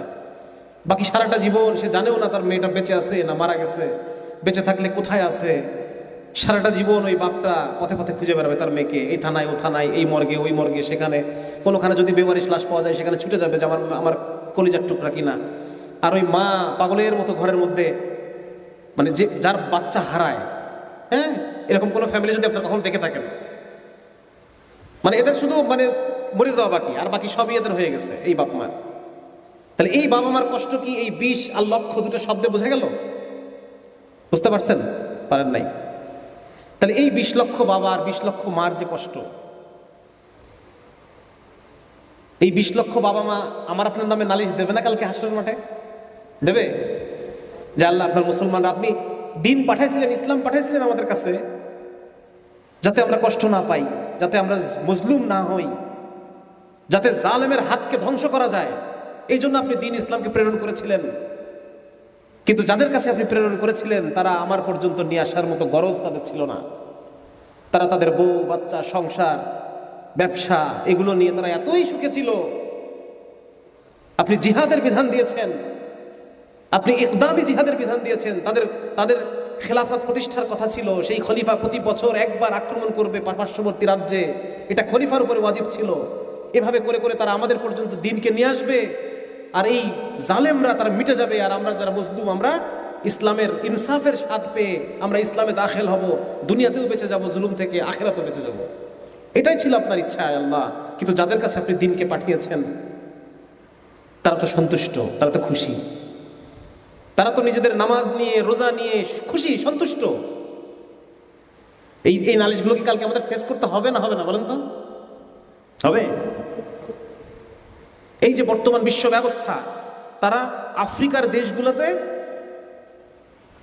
ইচ্ছাকৃতভাবে তারা এই এইডস রোগটাকে তারা আফ্রিকার মতো যে অনুন্নত দেশগুলো আছে, এইডসের আগে নাম ছিল 80 প্রথম যখন এইডস ধরা পড়ে এটার নাম ছিল গে ইমিউন ডেফিসিয়েন্সি ডিজিজ, মানে শুধুমাত্র সমকামীদেরই অসুখটা হইতো। সেইটাকে ঢাকার জন্য কত কিছু, কত আয়োজন, কত কিছু করে করে, এটার নাম এখন এইডস। এবং ওরা জানে যে এই যে সমকামিতা, এলজিবিটি যে আন্দোলন, এই আন্দোলনের ফলে এত নতুন নতুন ধরনের অসুখ পৃথিবীতে আসবে। এই যে কয়েকদিন আগে মাঙ্কি পক্স, এটা কিন্তু সমকামীদের হয়। মোস্ট অফ দ্য পেশেন্টস আর সমকামী এই মাঙ্কি পক্সের। শুনছেন না মাঙ্কি পক্স? এইরকম গোটা গোটা বড় বড় পক্স। অথচ ওরা এই জীবনযাত্রাটাকে সারা পৃথিবীতে ছড়াই দেওয়ার জন্য পাগল হয়ে গেছে না? পাগল হয়ে গেছে এই মানে ন্যাক্কারজনক এই গর্হিত অপরাধটাকে অধিকার হিসেবে প্রতিষ্ঠা করার জন্য পাগল হয়ে গেছে। সুতরাং এই যে মানুষগুলা, এই মানুষগুলাকে তো বাঁচানো যেত। আজকে যদি সারা দুনিয়াতে ইসলাম থাকতো, আজকে যদি আমরা মুসলমানরা সত্যিকারের মুসলমান হইতাম, তাহলে আল্লাহর এই বান্দাগুলো, আল্লাহর এই মাখলুকগুলা হয়তো বেঁচে যেত, হয়তো তারা এগুলো থেকে বেঁচে থাকতে পারত। কিন্তু আমরা আজকে আমাদের উদাসীনতার কারণে, আমরা এই দিনের যে হক, দিনের দাবিকে না বোঝার কারণে এরা কষ্ট করতেছে। চীন দেশে একটা অনুষ্ঠান হয়, কুকুর খাওয়া উৎসব। বছরে একদিন 10,000 কুকুর খেয়ে ফেলে তারা। খাক, সমস্যা নেই, খেতেই পারে। কিন্তু সেই কুকুরটাকে গাছে ঝুলায়ে এক টান দিয়ে জীবিত অবস্থায় পুরো চামড়াটা খুলে ফেলা হয়। আর ওরা মনে করে যে এভাবে যদি প্রসেসিং করা হয়, তাহলে কুকুর যে মুসরামুসরি করবে ব্যথায়, এটার দ্বারা গোস্তের টেস্টটা বাড়ে, গোস্তের স্বাদ বাড়ে। তাহলে এই 10,000 কুকুর আমার আপনার নামে নালিশ দেবে আল্লাহর কাছে? হ্যাঁ, যে কমপক্ষে যদি মুসলমানদের আমাদের যে কালচার, আমাদের যে ইসলামের দিনের যদি বুঝ ওরা পাইতো, ধরলাম কুকুর খাচ্ছে, কমপক্ষে জবাইটা করে খাইতো, কমপক্ষে মেরে তো খাইতো, এইভাবে জানোয়ারের মতো তো খাইতো না, নাকি এরকম অসভ্যর মতো তো আর খাইতো না, একটু সভ্যতা তো শিখতো। এইগুলো আমাকে আপনাকে ফেস করতে হবে, কারণ এই ইসলামের একটা দাবি আছে। এই ইসলাম দাবি করে যে এই ইসলামটা ছড়াবে সবখানে। এটা আল্লাহ রসুল সাল্লাহ সাল্লাম বলছেন যে একবার আল্লাহ রসুল মক্কাতে সারাদিন মেহনত করে ঘরে ফেরত আসছেন, মানুষের থুতু গায়ে ধুলাবালি মারছে, কেউ বাড়ির ময়লা আবর্জনা গায়ের উপর নিক্ষেপ করতো ওই সময়। তো যখন আসছে, ঘরের ভিতর থেকে ছুটে আসছে আম্মাজান ফাতেমা, কোনো রেওয়ায়ত আসছে আম্মাজান ফাতেমা, কোনো রেওয়ায়ত, সরি আম্মাজান না, মানে ফাতিমা রাদিয়াল্লাহু তাআলা না, কোনো রেওয়ায়ত আসছে ওনার আরেকটা মেয়ে জাইনাব রাদিয়াল্লাহু তাআলা। তো এসে ওই ছোট বাচ্চা তার ওড়না দিয়ে বাবার মুখটা মুছে দিচ্ছে, ঘামগুলো মুছে দিচ্ছে, ময়লাগুলো মুছে দিচ্ছে, আর কাঁদতেছে যে আমার আব্বাকে তোমরা কি এই জন্য মারো, এই জন্য তোমরা আমার আব্বার উপর এত নির্যাতন করো, কেন তোমরা আমার আব্বার উপর এত নির্যাতন করো? কাঁদতেছে ছোট বাচ্চা। আর রাসূল সাল্লাল্লাহু আলাইহি ওয়াসাল্লাম তাকে বুকে টেনে নিলেন আর বললেন যে মারে, একদিন তোর বাবার এই দিন প্রত্যেকটা কাঁচা পাকা ঘরে গিয়ে পৌঁছে যাবে। এইটা হচ্ছে দিনের দাবি। আর আমরা নাকি দিনের সৈনিক, আমরা নাকি পৌঁছাবো। এই হলো আমাদের অবস্থা। মানে মাঝে মধ্যে তো মনে হয় যে কেন দুনিয়াতে আসি, কেন এই দুনিয়াতে আমি কেন আসি, আমার থাকার উদ্দেশ্যটা কি? আমার থাকার উদ্দেশ্য তো এটাই ছিল যে আমি এই দিনের জন্য কাজ করব। সেখানে আজকে আমরা আমাদের ব্যবসা নিয়ে কেউ ব্যস্ত, কেউ চাকরি নিয়ে ব্যস্ত, আমরা কেউ পরিবার পরিজন নিয়ে ব্যস্ত, এক একজন এক একটা জিনিস নিয়ে ব্যস্ত। শুধু আমরা না, আরো আগে থেকে এটা শুরু হয়েছে। এই ট্রেন্ড আগে থেকে শুরু হওয়ার কারণে আজকে আযাব। এই যে জাকারিয়া এতক্ষণ ধরে বললো না যে কেন এই সমাজ, এই জাতি, এই দেশ দিয়ে আমরা কি করব, এটা আযাব শুরু হয়েছে আর আগে থেকে। আমাদেরকে সচেতন হতে হবে যে আমরা আসলে কেন এই আযাবটা আসছে, কেন আমরা আমাদের দায়িত্বটা পালন করি নাই দেখে আযাব আসছে, ঠিক না? আমরা আল্লাহ কি খলিফা নাকি? আল্লাহ রাব্বুল আলামিন আমাদেরকে খলিফা বানাইছেন। তা আমি যাকে প্রতিনিধি বানালাম, ওই বেটা যাই কাজ করে না, যেটা করতে বলছে সেটা করে না, তাকে ওকে রাখবো না নতুন লোক নিয়ে আসবো ওখানে? নতুন লোক নিয়ে আসবো ওখানে। তা আল্লাহ তাআলা যে দায়িত্ব আমাদেরকে দিচ্ছেন, আমরা যদি সেটা পালন না করি, স্বাভাবিকভাবেই আমাদের উপরে আল্লাহ নারাজ হবেন। এটা খুব ভালো উদাহরণ দিচ্ছিলেন এক মুরব্বী, একজন আলেম একজন উদাহরণ দিচ্ছিলেন যে যেই গরু দুধ দেয়, এই গরুর যে মালিক সে কত আদর করে পালে, তাকে একটা মশারি দেয়, তার একটা ফ্যান, দেখছেন এগুলো আপনার? মশারি দেয়, একটা ফ্যান দেয়, কয়েল ধরায় দেয় নাকি? আর যে গরু দুধ দেয় না, তারা কি দেয়? কি করে আপনাদের এলাকায় গরু দুধ না দিলে? হ্যাঁ, কষায়ের হাতে দেয়। কষাই সেটারে জবাই করে, সেটারে কাটে, সেটাকে কুচি কুচি করে, মালিকের আর কিছু যায় আসে না। আজকে যে আমরা এত কষ্ট, আমাদের আল্লাহ তাআলা যে কোনো সাড়া দিচ্ছেন না, এবার বুঝতে পারছেন? মেলা যাচ্ছে। যতদিন আমরা আল্লাহ যেটা করতে বলছেন আমরা করছি। হ্যাঁ, ওই যে ইকবালের যদি শিকোয়া আর জবাবে শিকোয়া কবিতা দুটো পড়েন দেখবেন, হ্যাঁ, এটার মধ্যে মুসলমানরা যতদিন পর্যন্ত আল্লাহ রাব্বুল আলামিনের নামকে সামনে নিয়ে, আল্লাহর তাকবীরকে সামনে নিয়ে আল্লাহর এই দ্বীনকে পৃথিবীর কোনায় কোনায় প্রতিষ্ঠা করার জন্য মেহনত করছে, আল্লাহ রাব্বুল আলামিন সমস্ত কাফের অন্তরে তাদের ভয় ঢুকাই দিছে। ভয় পাইতো সবাই। ওমরের নাম বলে ইউরোপের মেয়েরা তার বাচ্চাকে ঘুম পাড়াইতো, এই ওমর আসলো, ঘুমা ঘুমা তাড়াতাড়ি ঘুমা, ওমর আসতেছে। ভয় ভয় কাফের অন্তরে মুসলমানদের জন্য ভয় ছিল। আর যখনই আমরা দিনকে ছেড়ে দিলাম, দিনের মেহনত ছেড়ে দিছি, আমরা জিহাদকে ছেড়ে দিছি, এখন আমাদের অন্তরে আমেরিকা দেখতেছে, অমুক দেখতেছে, তমুক দেখতেছে, হ্যাঁ, ইন্ডিয়া দেখতেছে আমেরিকা এই ব্যবস্থা নেবে, সবাইকে ধরে নেবে, সন্ত্রাসী বলবে, ওদের ভয় আমাদের অন্তরের মধ্যে আল্লাহ ঢুকাই দিচ্ছে। সুতরাং ভাই, আমাদের আসল পাপ বোঝা যাচ্ছে তো? আসল পাপ কোনটা? এটা হচ্ছে আমাদের আসল পাপ। তো এখান থেকে উদ্ধার পেতে হলে 1 নম্বর আমাদের নিজেদেরকে বুদ্ধিবৃত্তিকভাবে তৈরি হতে হবে। 2 নম্বর হচ্ছে আমাদেরকে আধ্যাত্মিকভাবে তৈরি হতে হবে। শুধু বুদ্ধিবৃত্তিক দিয়ে কাজ হবে না। বহু বড় বড় বুদ্ধিজীবী গুজরাই গেছে গত 100 বছরে, অনেক বড় বড় বুদ্ধিজীবী আসছে কিনা জাকারিয়া? এই যে মুসলিম জাতীয়তাবাদী কত আসছে, তারপর হচ্ছে আরো কত ধরনের কত বুদ্ধিজীবী, নাম বলা শুরু করলে শেষ হবে না। এত বড় বড় বুদ্ধিজীবী আসছে দুনিয়াতে মুসলমানদের মধ্যে, তাতে কোনো লাভ হয় নাই। কারণ এই আধ্যাত্মিকতাহীন বুদ্ধি চর্চা, এটা কোনো লাভ আসবে না এটা দিয়ে। আমি সারাক্ষণ বই, মানে বিভিন্ন জটিল জটিল কিতাব আর জটিল জটিল ভাষা, দেখেন না কেউ যাদেরকে আমরা, যারা বিভিন্ন মাস্টার মাইন্ড পজিশনে আছে আর কি, তাদের ভাষা দেখছেন কত জটিল। হ্যাঁ, এই ভাবাদর্শ, এই কি সহজিয়া, এই ভাবা, কত জটিল জটিল কথা। মানে একটা বিষয়, সহজ বিষয়কে যত জটিল করা সম্ভব, যত জটিল করা যাবে, সে তত বড় বুদ্ধিজীবী। সহজ ভাষায় বললে বুঝে আসে না, জটিল জটিল শব্দ ব্যবহার করলে বুঝে আসে। কি যেন বলতেছিলাম, কি প্রসঙ্গে এই কথাটা আসলো? হ্যাঁ, এই জন্য 1 নম্বর আমাদেরকে নিজের বুদ্ধিবৃত্তিভাবে তৈরি হতে হবে, আধ্যাত্মিকভাবে তৈরি হতে হবে, আল্লাহ রাব্বুল আলামিনের সাথে গভীর সম্পর্ক স্থাপন করতে হবে। টু ওয়ে কানেকশন তৈরি করতে হবে। 3 নম্বর হচ্ছে আমাদেরকে আখলাকের দিক থেকে তৈরি হতে হবে। আখলাক ছাড়া দাওয়াতি কাজ হবে না। আপনি যত বড় মানে বুদ্ধিবৃত্তিকভাবে যতই আপনি স্ট্রং হন না কেন, আপনার যদি আখলাক সুন্দর না হয়, মানুষ আপনার কথাই শুনবে না। এজন্য আখলাক সুন্দর হতে হবে। হ্যাঁ, তার কাছে যেতে হবে, তার পাশে দাঁড়াতে হবে। পাশে দাঁড়ালে পরে মানুষ দুর্বল হয়। কি হয়? যখন তার বিপদে পাশে দাঁড়াবেন, সে দুর্বল হবে। যখন সে দুর্বল হবে, তখন সে আপনার উপর আস্থা রাখবে। যখন আস্থা অর্জন করবেন, তখন আপনার পাওয়ার আসবে। পাওয়ার আসে কিসের সাথে? আস্থার সাথে। ঠিক আছে? আজকে যে তালেবরা আফগানে সফল, এর পিছনে কারণ কি বলেন? আফগান জনগণের আস্থা তাদের উপরে।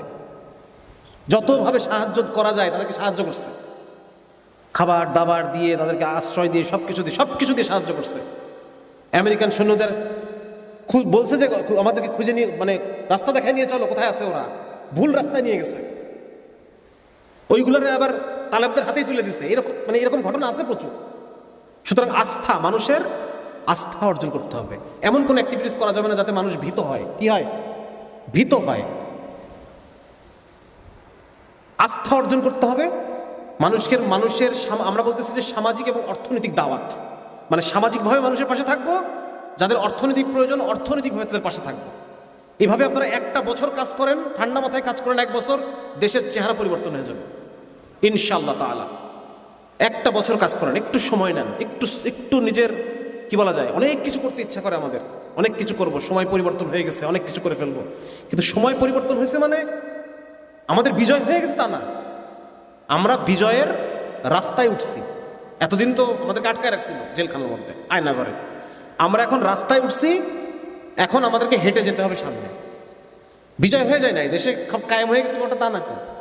সুতরাং এখন সবরের সাথে, ধৈর্যের সাথে, যেই কয়টা কথা বলবো, 1 নম্বর নিজের বুদ্ধিবৃত্তিকভাবে উপযুক্ত হতে হবে, আধ্যাত্মিকভাবে আখলাকের দিক থেকে উপযুক্ত হতে হবে। এই 3 দাওয়াত দিয়ে মানুষের কাছে আমরা যাবো। কয় দাওয়াত? 3 দাওয়াত দিয়ে মানুষের কাছে যাবো। মানুষকে বুদ্ধিবৃত্তিকভাবে, মানে তাদের উন্নয়ন করবো আর কি। তারা যে মানুষটার মধ্যে ইসলাম নিয়ে প্রশ্ন আছে সেটা সলভ করবো, যার মধ্যে যে ইসলাম নিয়ে উদাসীন তার মধ্যে প্রশ্ন তৈরি করব। বর্তমান সিচুয়েশন নিয়ে তার মধ্যে প্রশ্ন তৈরি হবে। একদিন পর্যন্ত স্কুল কলেজে তার মধ্যে যেটা মাথার মধ্যে ঢুকাইছে, ওইটাকে প্রশ্ন করার যোগ্যতা তার মধ্যে তৈরি হবে। 2 নম্বর হচ্ছে আল্লাহ রাব্বুল আলামিনের সাথে কানেকশন তৈরি করব। হ্যাঁ, যে ভাই তুমি আল্লাহর কাছ থেকে আসছো এবং ওই আল্লাহর কাছেই ফেরত যাবা। সুতরাং আল্লাহর সাথে তোমার কানেকশন থাকতে হবে। আমাদের দেহের মধ্যে দুটো, আপনারা বিরক্ত হচ্ছেন? এক হচ্ছে আমাদের দেহ, আর এক হচ্ছে আমাদের রূহ। দেহ হচ্ছে ফিজিক্যাল, আর রূহ হচ্ছে মেটাফিজিক্যাল। মানে এটা কোনো বস্তু না। রূহ কোনো বস্তু নাকি? এটা রূহ কি? আল্লাহ জিজ্ঞেস করেছে রসুলকে, রসুলকে ইহুদিরা জিজ্ঞেস করেছে রূহ কি? আল্লাহ রসুল বলছেন রূহ হচ্ছে আল্লাহর আদেশ। কি এইটার সম্পর্ক আল্লাহর সাথে।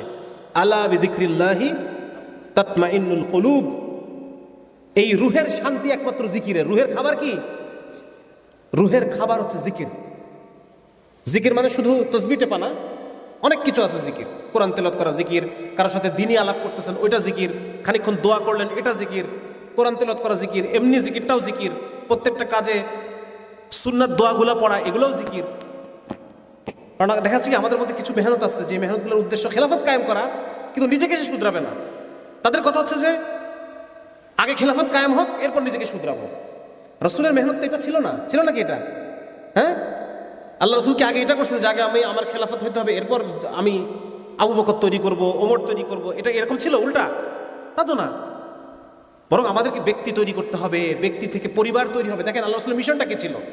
প্রথমে ব্যক্তি তৈরি। ব্যক্তি তৈরির পরে ব্যক্তি তো সবখানে গিয়ে দাওয়াত দিতে পারবে না, আউটপুট কম হবে নাকি? এখন আল্লাহ রসুল কি করলেন? পরিবারগুলো তৈরি করলেন। পরিবার হচ্ছে একটা মেশিন। এই মেশিনের মধ্যে যে পড়বে সে হেদায়েত পাবে, তাকে ব্যক্তি টু ব্যক্তি দাওয়াত দেওয়া লাগবে না। আমার কথা বুঝতে পারতেছেন আপনারা? একটা হচ্ছে আপনি নিজে হাতে বানাচ্ছেন, হাতে হাতে হাতে বুনতেছেন, কয়টা বুনতে পারবেন? আরেকটা হচ্ছে আপনি একটা মেশিন তৈরি করলেন, এখন এই মেশিন কতগুলো বুনতে পারবে দিনের মধ্যে? 100, 1000। সুতরাং আল্লাহ রসুল সাল্লাল্লাহু আলাইহি সাল্লাম দাওয়া মেশিনারি তৈরি করছেন। মেশিনারি এক নম্বর হচ্ছে ব্যক্তি তৈরি করছেন, 2 নম্বর হচ্ছে পরিবার তৈরি করছেন। এই পরিবারের মধ্যে এসে যে পড়বে ওর হেদায়েত পাওয়া ছাড়া উপায় নেই। ওমর রাদিয়াল্লাহু তাআলা আনহু বেচারা মারতে গেছে আল্লাহ রসুলকে, যে আমি আজকে আল্লাহ রসুল কতল করে ফেলবো, যায় পড়ছে বোনের পরিবারের মধ্যে। এখন তো বাবা বসেছে মোগলের সাথে, খেতে হবে খানার সাথে নাকি? এখন ওই বসছে পরিবারের মধ্যে ঢুকছে, আর ওই অটো হেদায়েত হয়ে গেছে। আল্লাহ রসুল মক্কাতে কিছু পরিবার তৈরি করলেন, যে পরিবারগুলো একটা হেদায়েতের মেশিন। এখন নবীজি দেখতেছেন যে আমাকে এত আরো বড় মেশিন তৈরি করতে হবে। সেটা কি?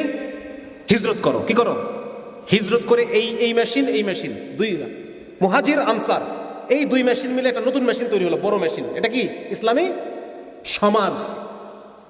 এই সমাজের মধ্যে যে আসতেছে সে হেদায়েত পাচ্ছে, এর মধ্যে যে আসবে সে হেদায়েত পাবে। এখন সমাজকে পরিচালনার জন্য আইন কানুন দরকার। আল্লাহ তাআলা আইন নাজিল করা শুরু করলেন। সমস্ত মাদানী সূরা জুড়ে খালি আইন আর আইন আর আইন। মিলতেছে জিনিসটা, মিলতেছে কিনা? এরপর যখন আইন আসলো, এটা একটা রাষ্ট্র হয়ে গেল। কি হলো এটা? মদিনা রাষ্ট্র।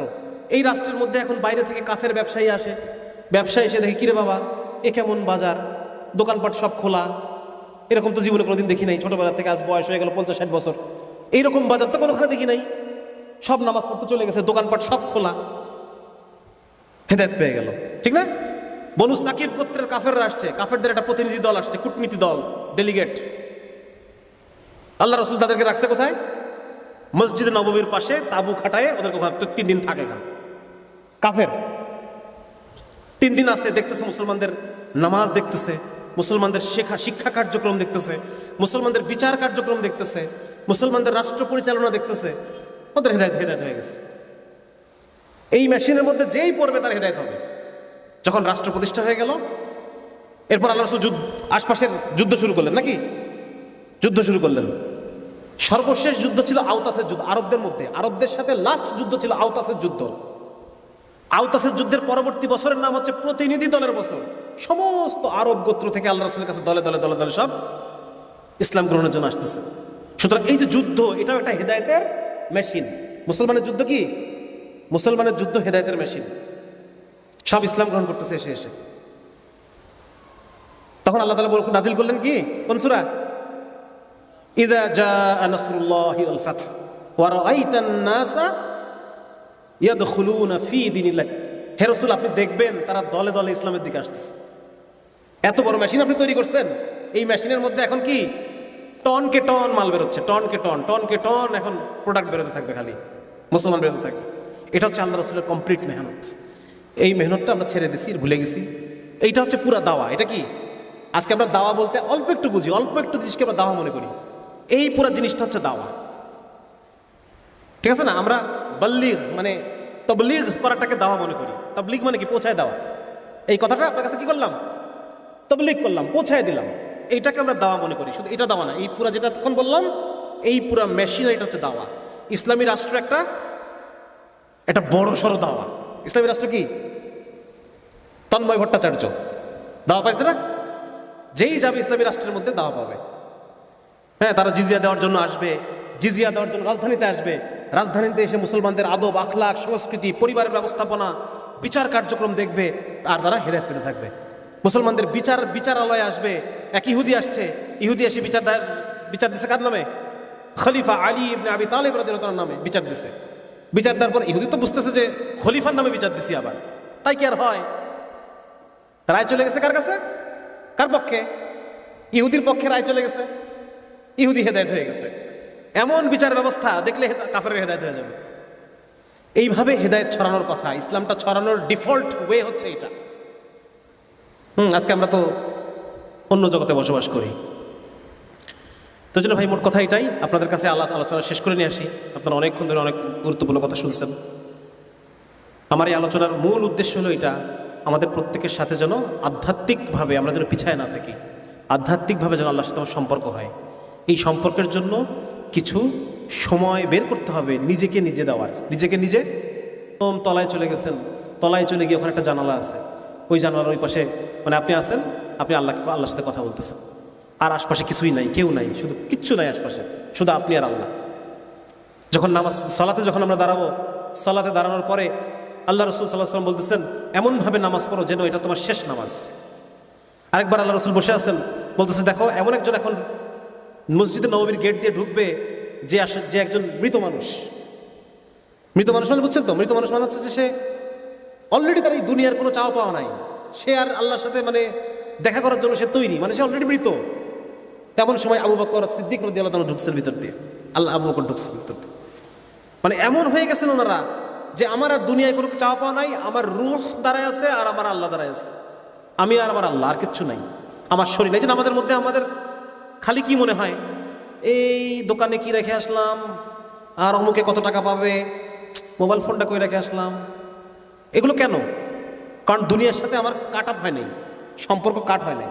নামাজে যখন দাঁড়াইছি তখন চিন্তা করতে হবে যে আমি মৃত, আমার এই বডি আর নাই, আমার রুহু আর আমার আল্লাহ, আর কিচ্ছু নাই, শেষ। তার মানে আমার মোবাইল কোথায় গেলেই কি, আর কেউ টাকা পাইলেই কি, আর তো কোনো কিছু পেলে কিছু যায় আসে না, ঠিক না?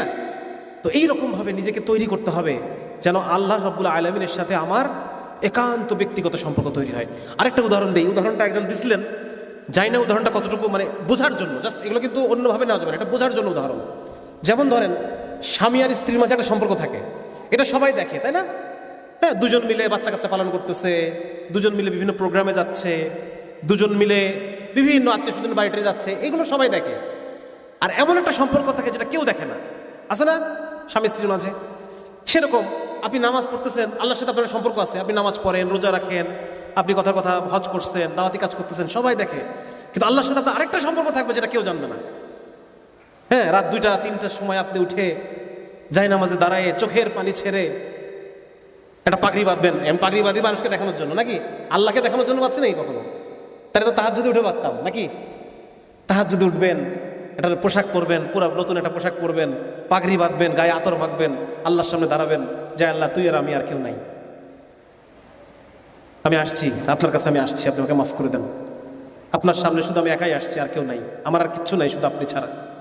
সারা পৃথিবীর সব আমার হয়ে গেছে, শুধু আপনি আমার হন নাই। তো আমার মতো আমার চেয়ে বড় ফকির আর দুনিয়াতে কেউ নাই নাকি? আর সারা পৃথিবীর কিছুই আমার নাই, শুধু আপনি আমার। তাহলে আমার চেয়ে বড় ধনী আর সম্পদশালী আর রাজা বাদশাহ আমার চেয়ে বড় কেউ আর নাই। এইভাবে আল্লাহর সাথে সম্পর্ক তৈরি করতে হবে।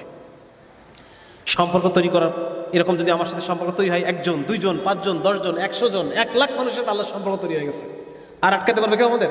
হ্যাঁ, দোয়া করবে আর আসমান থেকে ফেরেশতা নেমে আসবে, আসমান থেকে। হ্যাঁ, যে আল্লাহ, ওই যে রাসূল সাল্লাল্লাহু আলাইহি ওয়াসাল্লাম বদরের আগের দিন দোয়া করছেন নাকি, সারা রাত যায় নামাজে, সারা রাত কাঁদতেছেন আর বলতেছেন আল্লাহ এই কয়টা মানুষ যদি দুনিয়া থেকে মিটে যায়, আপনার নাম নেওয়ার মতো দুনিয়াতে আর কেউ থাকবে না। আল্লাহ আপনি দেখেন আপনি কি করবেন। এই কয়টা মানুষ যদি শেষ হয়ে যায় কালকে যুদ্ধে, আপনার এই তাওহীদের বাণী আপনার নাম উচ্চারণের মতো এই পৃথিবীতে আর কেউ থাকবে না। সেরকম আল্লাহর সাথে সম্পর্ক। হ্যাঁ, এইটা সব আপনার মাথায় রেখেন। আমি অনেক কথা বললাম, অনেক আনইন্টারেস্টিং কথা বললাম, কিন্তু এই কথার উদ্দেশ্য হলো যে আল্লাহর সাথে সম্পর্ক এবং মুহাম্মদুর রাসূলুল্লাহ সাল্লাল্লাহু আলাইহি সাল্লামের সাথে মানে ওনার একটা অনুভব আছে। একটা হচ্ছে আমি নামটা বলে ফেলছি, এটা একটা জিনিস, আর এই নামের গভীরে তার প্রতি আমার এক আবেগ আর প্রেম আর ইমোশন আছে, ওটা আরেকটা জিনিস, দুই জিনিস। সুতরাং আল্লাহর রসুলের প্রতি ওই আবেগ যেন আমার অন্তরের মধ্যে তৈরি হয়। দিন ইসলামের প্রতি, দিন ইসলামের যে হক, যে দাবি, এই দাবিটা যেন আমি অনুভব করতে পারি এবং সর্ব অবস্থায় আল্লাহর কাছে তওবা করতে পারি যে আল্লাহ, আমি আপনার দিনের হক আদায় করার মতো যোগ্য হতে পারি নাই। আপনার দিন যা চাইতো, আপনার রসুলের সামনে মুখ দেখানোর লায়ক আমি আর নাই। আপনার দিন, আমি নিজেকে মুসলমান পরিচয় দেওয়ার মতো অবস্থায় আল্লাহ আমি আর নাই। যদি পরিচয় দেওয়ার মতো অবস্থায় থাকতাম তাহলে তো আপনার দিনের গুরুত্বটা বুঝতে পারতাম, আপনার দিনের দাবিটা আমি বুঝতে পারতাম। আপনার মুসলমান পরিচয় দেওয়ার মতো অবস্থায় আমি নাই। আল্লাহ, আপনার হাবিবের সামনে উম্মত হিসেবে মুখ দেখাবো, এই মুখ আমার নাই। আল্লাহ, আপনার বান্দা হিসেবে, ইবাদুর রহমান হিসেবে আপনার সামনে গিয়ে যে আমি দাঁড়াবো, এই যোগ্যতা আমার নাই। এগুলো আমি হারাই ফেলছি। আল্লাহ, আমার কাছে কিছুই নাই, শুধু একটা জিনিস আছে। আল্লাহ, আমি আপনার আর আপনার রসুলকে ভালোবাসি। এই একটা জিনিস ছাড়া আল্লাহ আমার কাছে আর কোনো কিছুই বাকি নাই। আল্লাহ, আপনি এটাকে কবুল করে আপনি আমাকে মাফ করে দেন, আর আমার ওই যোগ্যতা দান করেন যেটা আপনি চান। যেরকম আপনি চান আমাকে ওইরকম বানায় নেন। যেরকম আপনি চান আল্লাহর সামনে পেশ হন, আল্লাহর সামনে নিজেকে ছেড়ে দেন, আল্লাহর সামনে নিজের অসহায়ত্ব প্রকাশ করেন। অসহায়ত্ব, আল্লাহ আমি অসহায়। আল্লাহ রসুল যখন ওই যে বেশি বড় হয়ে যাচ্ছে, তায়েফের ময়দানে যখন তাকে আঘাত করা হলো পাথর দিয়ে, আল্লাহ রসুল গিয়ে আদ্দাসেন, আল্লাহ ওখানে যাওয়ার তৌফিক দিয়েছেন আমাকে।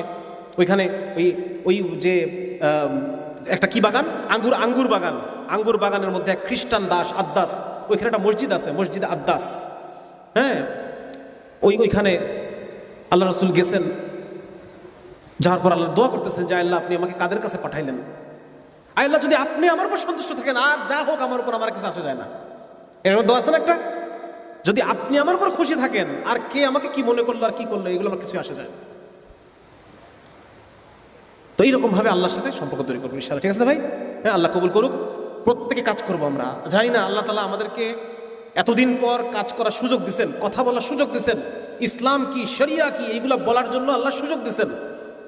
এই সুযোগটা আমরা নষ্ট করবো না অতি আবেগে, অতি জজবাই কোনো কিছু করার দ্বারা। এই সুযোগটা নষ্ট করবো। এখন আমাদের কথা বলার সময়, কিসের সময় ভাই?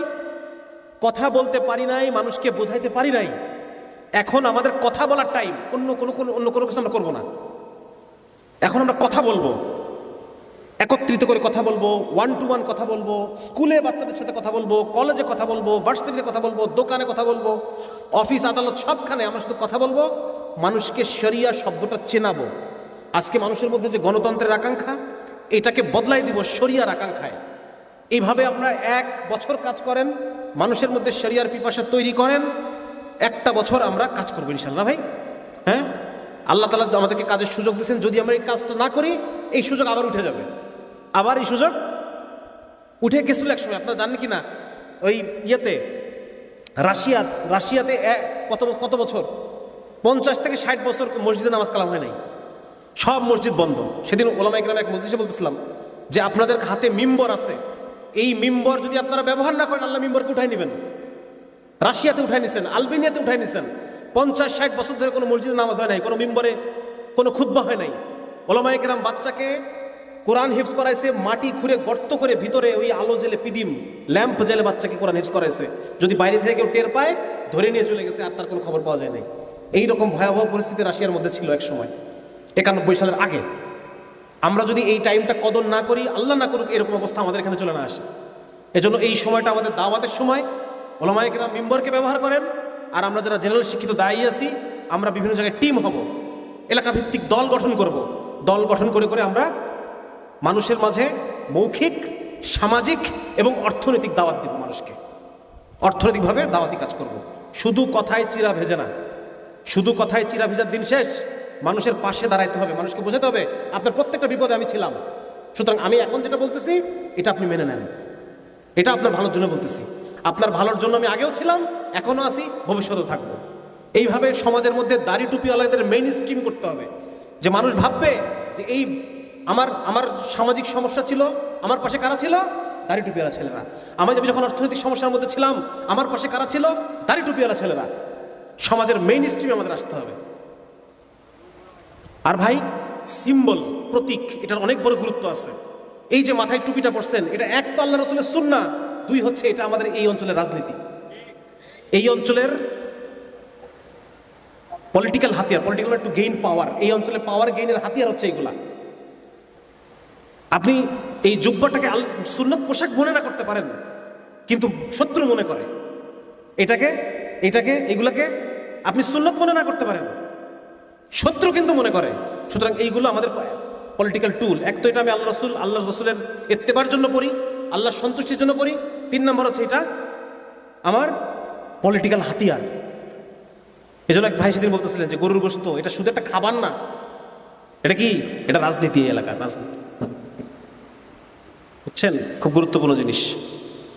তো যার কারণে ভাই আমরা ছড়ায় পড়বো, সমাজের মধ্যে দাড়ি টুপিওয়ালাদের মেইন স্ট্রিমিং করবো, ইসলামের মেইন স্ট্রিমিং করবো।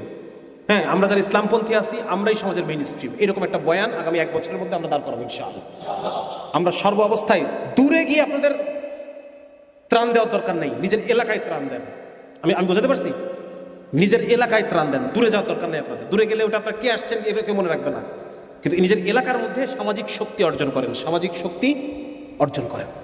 এটা হচ্ছে আমাদের এখনকার কাজ। এরপরে ইনশাল্লাহ আবার পরবর্তীতে আমরা অন্য কোনো কাজ যখন নেব আপনারা সব জানতে পারবেন ইনশাল্লাহ, যে পরবর্তীতে হ্যাঁ বিভিন্ন সময় আপগ্রেড হবে, বিভিন্ন সময় বিভিন্ন পরিকল্পনা আসবে। বাকি একটা জিনিস, সেটা হচ্ছে যে আমরা কোনো ধরনের কোনো হঠকারিতা, হ্যাঁ কোনো মানে হঠাৎ করে কোনো একটা কিছু করে একটা কিছু মানে অতি নজর কারা কোনো কিছু করা, এগুলো আমরা করবো না। আপনি যদি ইসলামের বিভিন্ন মেহনতের ইতিহাসগুলো আপনি যদি দেখেন, আপনি দেখবেন যে যেই কাজগুলো গোপনে গোপনে চলছে এইগুলো বেশি ফায়দা দিচ্ছে, এক সময় বেশি ফায়দা হয়েছে। হামাস এতদিন ধরে যে পরিকল্পনা করছে আমরা টের পাইছি কিছু, কোনো টের পাইছি? ইসরায়েল টের পায় নাই। এত মোসাদের ভয়ে আমরা আদমরা হয়ে পড়ে থাকি, এরাই টের পায় না যে হামাস কি করতেছে গোপনে। শেখ আহমদ ইয়াসিন 1985-86 সালে উনি এই মেহনত যে চালু করছেন, হামাসের মধ্যে অধিকাংশ সদস্য হয় কোরআনের হাফেজ অথবা কোরআনের একটা বড় অংশ তাদের মুখস্থ। এই তরবিয়ত কিভাবে হইল বলেন? ফেসবুক পোস্ট দিয়ে নাকি গোপনে? গোপনে যে কাজগুলা আমরা গোপন না, আমাদের গোপন কিছু নাই, কিন্তু যে কাজগুলোতে অতিরিক্ত প্রদর্শনী ছাড়া যে কাজগুলো হয় এইগুলার রেজাল্ট গভীর হয়, দীর্ঘমেয়াদী হয়, ঠিক আছে না? সুতরাং আমরা কাজ করতে চাই, আমরা আওয়াজ কম কাজ বেশি, আমরা এটাতে আমরা থাকতে চাই। আওয়াজেরও দরকার আছে, কিন্তু যেটা যতটুকু প্রয়োজন, ঠিক আছে না ইনশাল্লাহ? হ্যাঁ, আমরা কাজ করবো তো ভাই ইনশাল্লাহ। 1 বছর আমরা কাজ করতে চাই। আর 2 নম্বর হচ্ছে আপনারা পড়াশোনা করবেন। পড়াশোনাটাও আমাদের একটা কাজ। আপনারা যে যেখানে পড়াশোনা করতেছেন এটা ভালো করে করবেন। সেকুলারদের জবাব দেওয়ার অন্যতম একটা জায়গা হচ্ছে পড়াশোনা। আমরা আমাদের রেজাল্ট দিয়ে জবাব দেব। ওরা তো আমাদের কি বলতে চায় যে মাদ্রাসার হুজুর, এই হুজুর দাড়ি টুপিওয়ালা। দাড়ি যত বাড়ে বুদ্ধি তত কমে, দাড়ি যত বড় হয় মগজ তত ছোট হয়, তাদের কথা হচ্ছে এইগুলা। এইটার জবাব কি দিব? কিভাবে দিব জবাব? মিছিল কইরা? তাহলে রেজাল্ট দিয়ে জবাব দিব। একটা সুন্দর উদাহরণ দিই, শেষ করে দিই। আপনার তো অনেকক্ষণ হয়ে গেছে, বিরক্ত হবে না আবার। আমাদের এক বড় ভাই ছিল ডাক্তার নাফিস ভাই, চট্টগ্রাম মেডিকেলের, চিটাগাং মেডিকেলে পড়তেন উনি। তো উনি বলতেছেন যে আমাদের প্যাথোলজির যিনি স্যার ছিলেন উনি ইংল্যান্ড থেকে ডিগ্রি আনছিল, ইংল্যান্ডের ডিগ্রি তার, এবং সে ছিল খুব মানে মানে গোলামের চেয়ে আরেক ধাপ বেশি গোলাম, মানে কি বলে এটারে, মালিকের চেয়ে 1 ধাপ বেশি, মানে কি ব্রিটিশের চেয়ে আরো ব্রিটিশ সে। হ্যাঁ, মানে একদম তার কাপড়ে কোনো ভাঁজ থাকবে না, একদম ইন থাকবে, এটা ইন থাকবে, কোনো ভাঁজ থাকবে না, টাই থাকবে, গরমের মধ্যে কোট থাকবে। হ্যাঁ, এরকম ছিলেন তিনি, এবং খুব প্রায়ই তিনি ইসলাম বিদ্বেষী বিভিন্ন মন্তব্য করতেন। তো একটা টার্ম পরীক্ষা শেষে উনি ক্লাসে আসছে, এসে বলতেছে তোমাদের মধ্যে ফার্স্ট হয়েছে কে? তো নাফিস ভাই বললেন এভাবে যে ফার্স্ট হয়েছে এক হুজুর। তাও হুজুর আবার কি হুজুর, মানে একদম ভ্যাবলা ধরনের হুজুর, মানে 1 কালারের পাঞ্জাবি, আরেক কালারের পায়জামা, আরেক কালারের টুপি, মানে একদম তার কোনো মানে নাই আর কি, এই ধরনের এক হুজুর, সে ফার্স্ট। সেকেন্ড হয়েছে কে? আরেক হুজুর। থার্ড হয়েছে কে? ভাই বলতেছে থার্ড হয়েছে আমি দাঁড়ালাম, আরেক হুজুর। বলছে এরপর স্যার ওই দিন আর ক্লাস নিলেন না, বের হয়ে চলে গেলেন। ঠিক আছে না? আমাদের তো অন্য কোনো কাজ নাই, আমরা দাওয়াতের মেহনত করব আর পড়াশোনা করবো, ঠিক না ইনশাল্লাহ? রেজাল্টও আমাদের একটা জবাব, রেজাল্ট আমাদের একটা দাওয়াত। হ্যাঁ, এলাকার মধ্যে মারা যখন বলবে যে অমুকের পা ধুয়ে পানি খা, এটা একটা দাওয়াত হয়েছে না? হবে তো ইনশাল্লাহ দাওয়াত? হ্যাঁ, অমুকের পা, এগুলো শুনছি আমরা ছোটবেলায় বহুত, অমুকের পা দিয়ে পানি খায়। তো এই অমুকটা যদি একজন হুজুর হয়, স্বাভাবিকভাবেই তার পা দেওয়া পানি খেলে ও হুজুর হয়ে যাবে এক সময়, নাকি? ইনশাল্লাহ ইনশাল্লাহ। তো এই জন্য আমরা এভাবে দাওয়াতি কাজগুলো করবো। আচ্ছা, আর কোনো বিষয় বাদ পড়ছি দেখা যায়, কোনো বিষয় উল্লেখ করা দরকার? গতকালকে তো বহু আলোচনা হয়েছে আলহামদুলিল্লাহ, আমি তো যেটা দেখলাম। হ্যাঁ, আমার তো গুরুত্বপূর্ণ আলোচনা প্রায় শেষ। আর যাই করেন ভাই, আল্লাহর সাথে সম্পর্কটা যেন আমাদের থাকে। হ্যাঁ, এটা যেন এটা হারালে মুসলমানের আর কিছুই নাই আসলে। মুসলমানের এক আল্লাহ ছাড়া আর কিছু আছে আমাদের? বলেন। কাফেরদের এত বড় বড় অস্ত্র, পারমাণবিক বোমা, এই সেই, শান শওকত, ব্যবসা বাণিজ্য, গোয়েন্দা, আমাদের আল্লাহ ছাড়া কিছুই নেই। এবং আল্লাহই যথেষ্ট আমাদের জন্য, ঠিক কিনা? হাসবুনাল্লাহু ওয়া নি'মাল ওয়াকিল। আল্লাহ রাব্বুল আলামিন আমাদের জন্য যথেষ্ট। আল্লাহ রাব্বুল আলামিন এমন এক জাত, এমন এক সত্তা, তিনি যা চান শুধু কুন কুন বললে ফায়াকুন হয়ে যায়, ইচ্ছা করলেই সেটা হয়ে যায়। এইরকম মানে সেই আল্লাহ তো আজকেও আছে, নাকি? সেই আল্লাহ তো আজকেও আছে। তাহলে আমরা কেন তাকে পাচ্ছি না? দোষ তো আমাদের। আল্লাহ তো বদলায় যায় নাই, আমরা বদলাই গেছি, আমরা দিনকে ছেড়ে দিছি। আবার যদি আমরা সাহাবীদের মতো করে দিনকে জড়াই ধরি, ওই আল্লাহ আজও আছে, ওই আল্লাহ আবার সাহায্য করার জন্য তৈরি আছেন, ঠিক কিনা? এই জন্য ইকবালের যে জবাবের শিকোয়া যে কবিতাটা, তার মধ্যে দুটো লাইন খুব গুরুত্বপূর্ণ, দুটো লাইন। উনি বলতেছেন যে, কি মোহাম্মদ কে ওয়াফা তूने तो हम तेरे हैं, ये जहां क्या चीज है লৌহ কলম তেরে। এটার অর্থ হচ্ছে যে যদি মুহাম্মাদের ওয়াফা মানে বিশ্বস্ত থাকো, তুমি মুহাম্মদকে যদি মেনে চলো, তো হাম তেরে হে, আমি তোমার। যদি মুহাম্মদ সাল্লাল্লাহু আলাইহি সাল্লামের কদমে কদম অনুসরণ করো, তো আমি আল্লাহ তোমার। ইয়ে জাহা চিজ হে ক্যা, এই পৃথিবী আবার কি জিনিস? লৌহ কলম তেরে হে, লৌহ কলম তোমার, তকদির লিখে নাও নিজের হাতে। লৌহ কলম মানে কি? লৌহে কি লিখছে? তকদির, কলম লিখছে, নাকি? আল্লাহ তাআলা সবাই কলম সৃষ্টি করেন, সেই কলম লৌহের উপরে তকদির লেখে। তার এই ইকবালের কবিতার অর্থ হচ্ছে এটা, যে শুধু মুহাম্মদ সাল্লাল্লাহু আলাইহি ওয়াসাল্লামের অনুসরণে যদি আমি ফেরত যাই, তাহলে আল্লাহ আমার, লৌহ কলম তকদির সব আমার। তকদির নিজের হাতে করে লিখে নাও, যাও, রূপক অর্থে আর কি। তো সবাই তৈরি আছেন ভাই ইনশাআল্লাহ? হ্যাঁ, আমরা আল্লাহর হয়ে যাব, আল্লাহ আমাদের হয়ে যাবে। হ্যাঁ, আর এই রাস্তাটা কোন রাস্তায়? সেই রাস্তাটা হচ্ছে মুহাম্মদুর রাসূলুল্লাহর রাস্তা। এছাড়া আর কিছু বোঝার দরকার নাই, আর এত তর্ক যুক্তি বুদ্ধিবৃত্তি কিছু দরকার নাই। শুধু আল্লাহ এবং তার রাসূলকে বুঝলেই আমার সব কাজ শেষ, আর এত কিছু দরকার নাই আসলে। আল্লাহ তাআলা আমাদের সবাইকে কবুল করুক। আল্লাহ রাব্বুল আলামিন চট্টগ্রামকে কবুল করুক।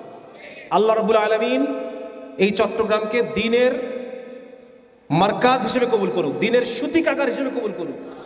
এইখান থেকে আবার শরিয়া জিন্দা হোক, আমিন। আল্লাহ তাআলা আমাদের সবার ভুল ত্রুটিগুলোকে মাফ করে আমাদের প্রত্যেককে দ্বীনের সৈনিক হিসেবে কবুল করুক, আমিন।